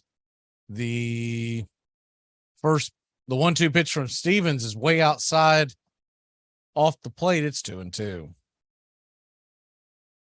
He's gone fastball, fastball, fastball, and that was a changeup that missed. Braves in double play depth, hoping to get something on the ground. McNeil's hard to double up, but the force at second should be a gimme. The 2-2 swung on and hit hard into center field. It gets down for a single. The ball kind of kicked sideways and popped out of Harris's glove with Vogelbach on second. Not much of a chance of him going anywhere. So runners on first and second and one away. And Jackson Stevens, who struggled his last time out, is now got to face Tyler Naquin. And they are, by the way, bringing Vogelbach out of the game. Mark Kanye is going to pinch run. He'll take over DH roles. So Tyler Naquin, who's got 2 home runs already on the night, comes to the plate with runners on first and second and one away. And the first pitch from Stevens to the lefty is a fastball right down the middle, 96 miles an hour, about belt high. It's 0-1.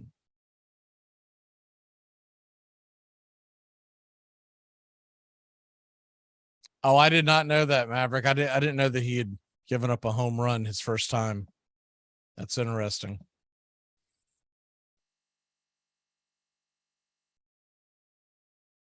The 0-1 pitch from Naquin to Naquin. On the way, fastball wide. It's 1-1.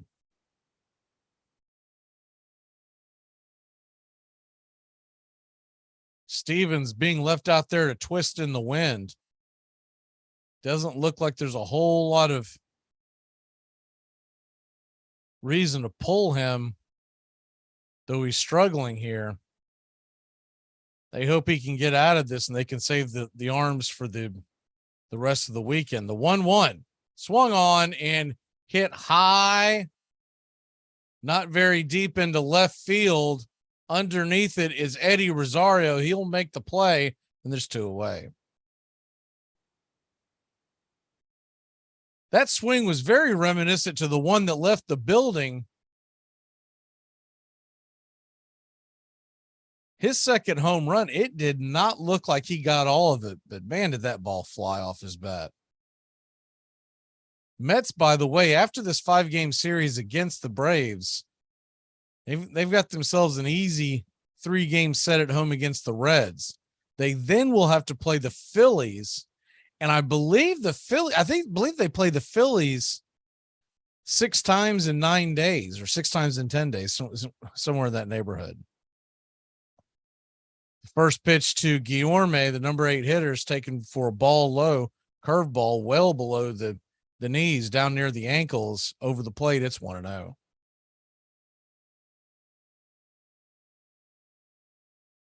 course, the Braves will play the Houston Astros later on this season. Be interesting to see what kind of I would think he's going to get a standing ovation when Will Smith gets in front of the Braves crowd the next time. The 1-0 pitch, fastball, top shelf, called for a strike. It's 1-1.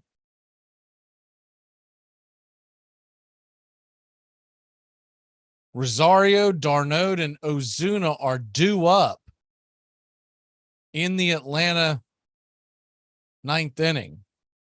Now, they could pinch hit. We've got a few options on the bench. Robbie Grossman, of course, did not start today. The 1-1 pitch is swung on, fouled back out of play. It's 1-2. You've also got William Contreras available off the bench. If need be, you've also got the option now, not only Heredia, but you also have Adrianza, who can run well to pinch run. I don't think they would call on either one of them for pinch hitting duties, but pinch running is a different story. 2 on, 2 out. Runners on first and second. The 1-2 pitch to Guillorme. swung on and fouled down the third base line. We'll do it again. It's 1-2.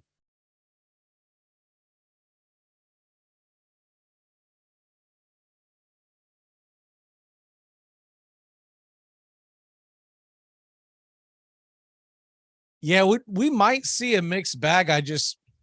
If you're a Braves fan, unless you just picked up the red, white, and blue jersey this year, you've got to respect what Will Smith did last October. The 1-2 swung on and grounded up the middle, off, looked like it went off. Maybe was that off the glove?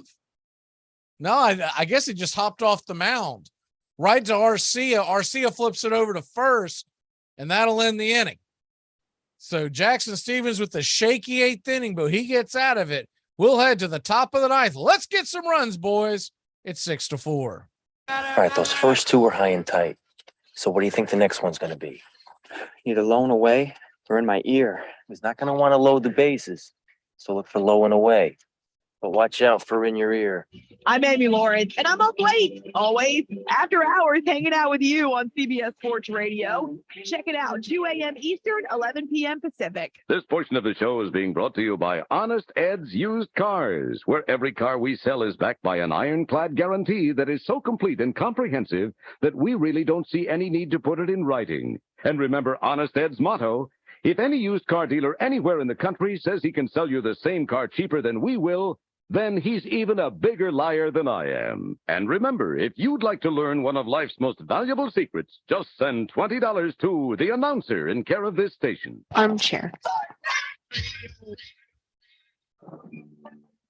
Hey, baseball fans, the Armchair Quarterbacks YouTube channel is going to bring you the baseball game of the week on Thursday nights. Tones Areola and Mac McGee bringing you the action, the biggest game of the week in all of Major League Baseball. That's Thursday nights, this baseball season, the MLB game of the week, right here on the Armchair Quarterbacks YouTube channel. Soldiers in both armies played ball whenever and wherever they could, just like boys, one of them remembered. If there was any transforming incident in the history of baseball, as in the history of this country, it was the Civil War. Play in the 1840s and 50s was not for the middle class. It was not for the working class. It was reserved for so-called gentlemen. Play became democratic when it became portable. It became a people's game.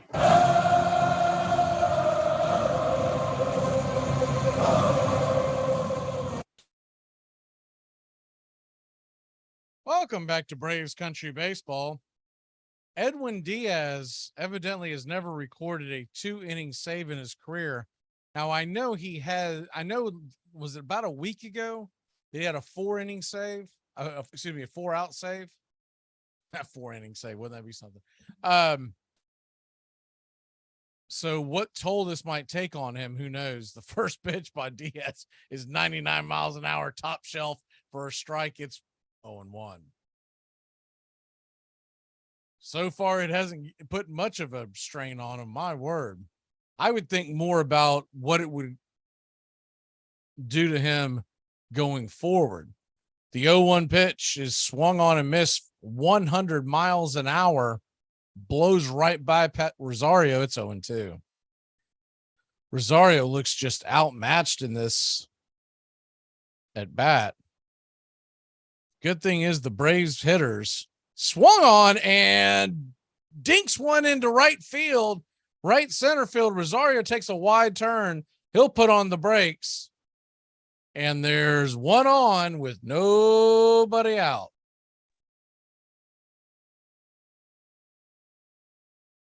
Good piece of pitching by Rosario. He smartly didn't try to do too much. He just kind of coasted the bat through and let that 100-mile-an-hour fastball do most of the work. All you got to do is get that bat head out in front, and you're going to drop it down. I don't know who this bozo is that keeps putting the porn stuff in the chat. The first pitch is outside for a fastball high. It's 1-0. That looked like the slider. The 1-0 to d'Arnaud in the dirt, and it's 2-0.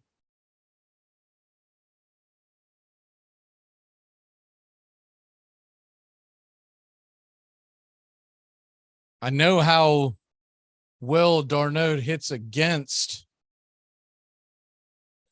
the 2-0 pitch. Swung on and fouls back out of play. It's 2-1. I know d'Arnaud hits well against the Mets, but you would have thought this might have been an opportunity to put Grossman in, who hammered that ball off the wall yesterday. I don't know if y'all saw that, the game yesterday afternoon, from the left side of the plate. He's a switch hitting outfielder.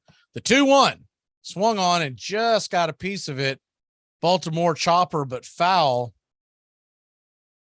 And it's 2-2.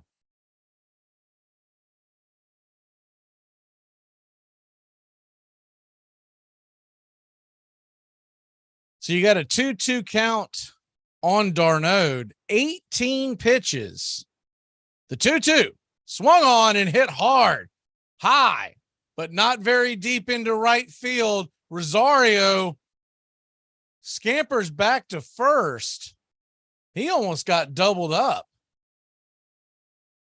Pete Alonso had to make a diving backhanded catch because Marte tried to throw him out at first base.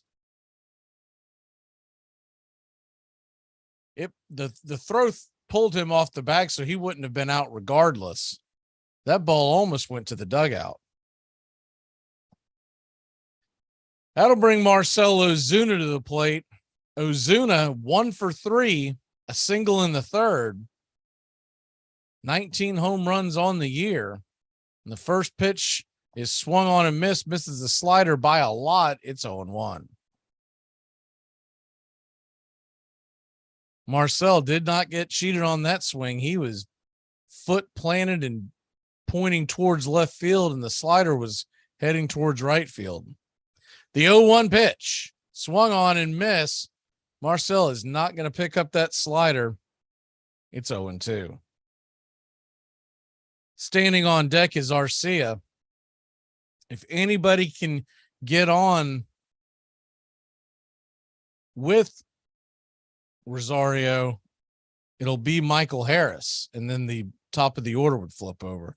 The 0-2 pitch in the dirt, gets away. Rosario is going to head down to second base with ease as that ball kicked off of McCann's knee guard. Rosario, in a different situation, probably could have made it interesting and rounded second, but he knows his run essentially means nothing. No sense of getting gunned down at third. So Diaz about to throw the 23rd pitch of the night. If nothing else, as a Braves fan, you got to love the fact that he's throwing pitches. The 1-2 fouls it off Ozuna's foot, limps around a little bit, but I think he's okay. We'll do it again at 1-2.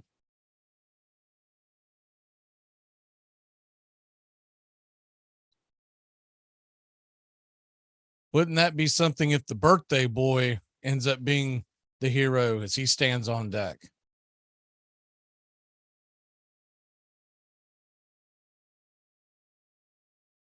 Ozuna now is kind of limping, testing out his foot. It appears he's okay. He was gingerly moving his left foot, his plant foot. The 1-2 swung on and missed, strike 3. Fastball, top shelf. No chance of catching up to that for out number 2. He put him a steady diet of sliders that he could not make contact with, dropped a 100-mile-an-hour fastball, and Ozuna was flat-footed on that one. That'll bring Orlando Arcia to the plate. Orlando is 1 for 3. The first pitch is a fastball inside. Arcia has to bend out of the way. It's 1-0. You got to figure, if nothing else, Diaz has thrown 25. He'll throw at least 26 pitches here. I don't know if he would be available tomorrow, which would be a plus for Atlanta. The 1-0 off the plate wide. It's 2-0. But I'm sure for Buck Showalter's perspective, his team's 3.5 games up. If he can get this win to get to 4.5 up, he knows that there's no chance of Atlanta leaving the city of New York with lead on the division. And that's what he wants. The 2-0 pitch. Slider misses high. It's 3-0.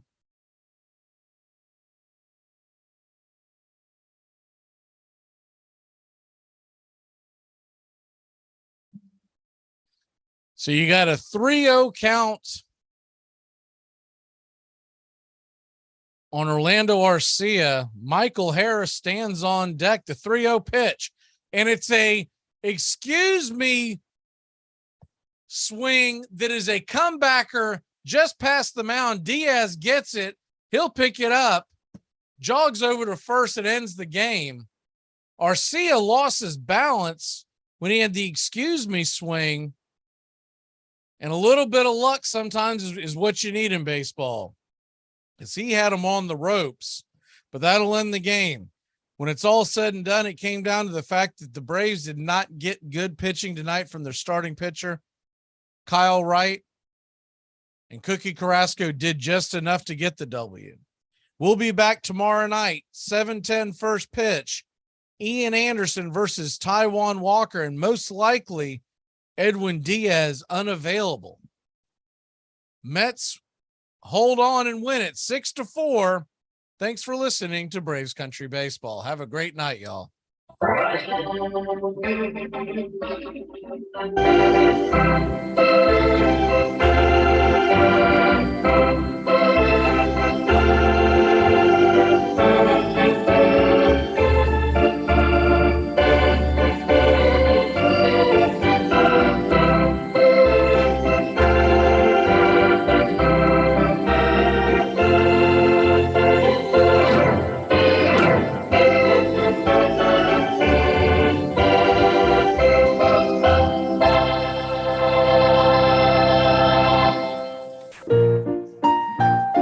Braves fans, the Armchair Quarterbacks YouTube channel are bringing you Braves baseball all season long.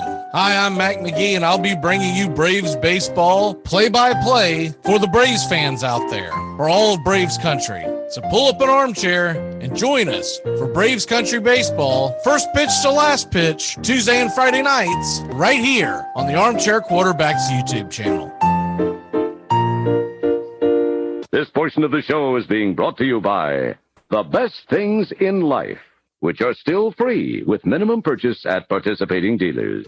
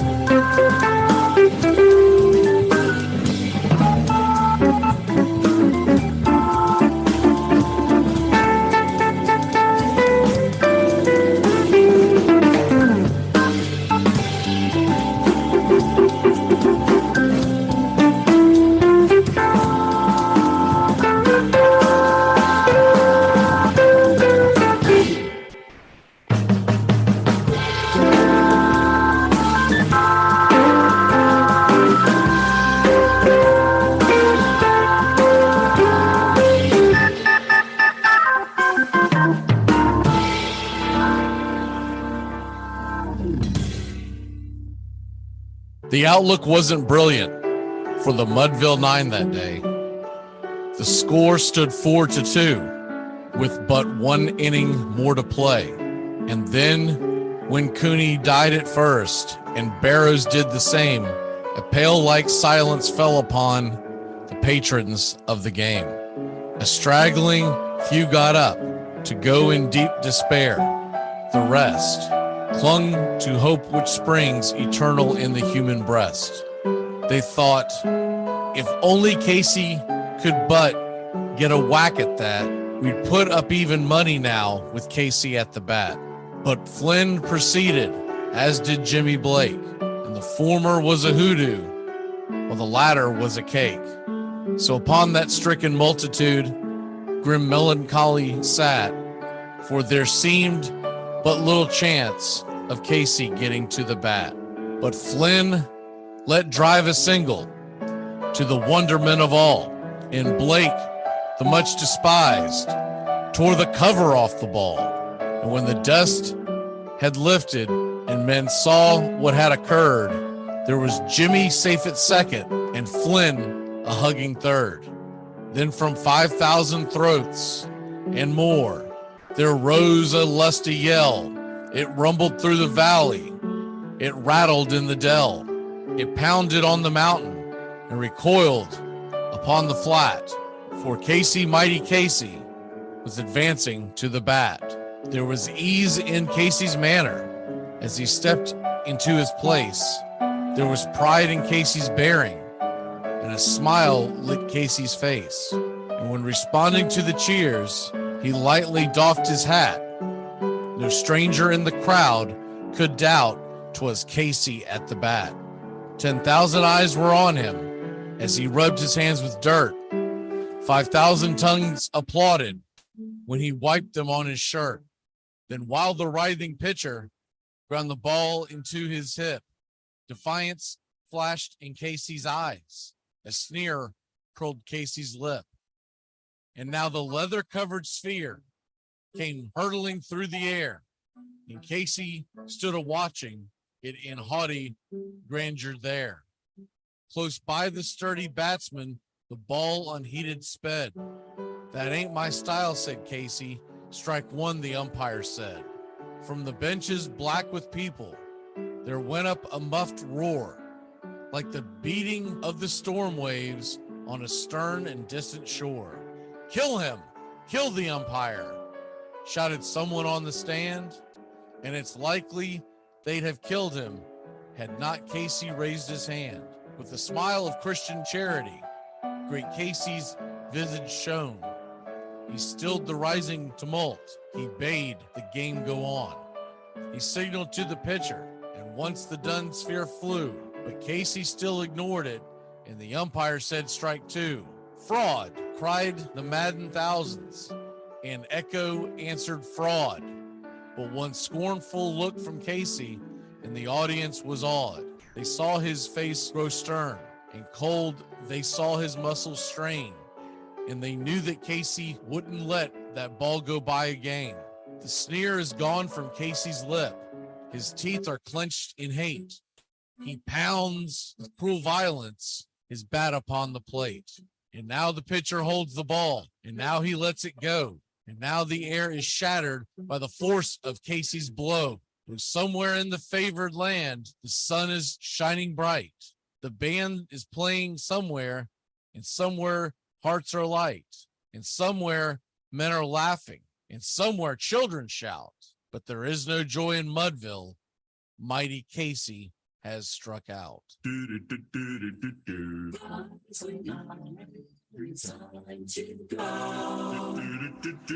back tomorrow with another show. Well, unless we're fired, we'll talk to you then. Goodbye, sweetheart. Goodbye. Goodbye. Guys and gals, it's time to go. We'll see you on the next show. Same back time, same back channel.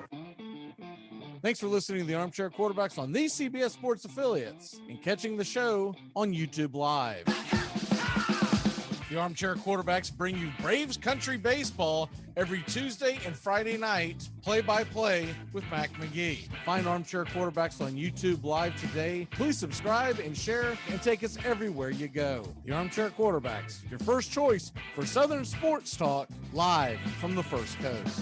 Gonna get